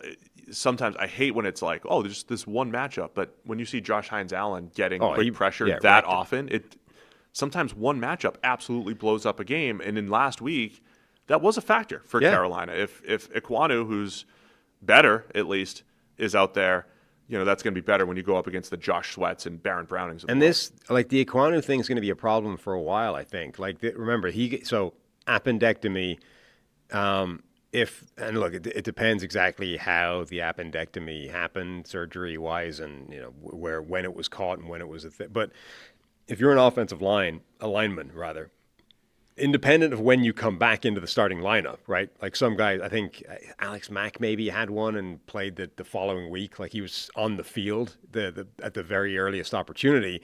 So independent of when he's actually back in the starting lineup, if you lose, a chunk of weight or strength or whatever, like core strength, if you lose any of that as an offensive lineman, it's really, really difficult to claw it back in season, right? Like these guys typically do not add strength or weight during the course of a season. So if you lose any significant portion of that, that's going to have a lingering long-term effect for maybe the entire year, but certainly beyond the point where he's back in the starting lineup. So it's so true. Like you spend your whole offseason building up enough muscle. And then clinging on. So that you can handle, lose it. You're going to have muscle loss. And you just try to maintain as much as you can. And then you battle injuries, and it is a challenge. Exactly. So, if you're looking at this and going we just need Icky back in the lineup. As soon as he's back in there, problem solved versus Josh Nijman.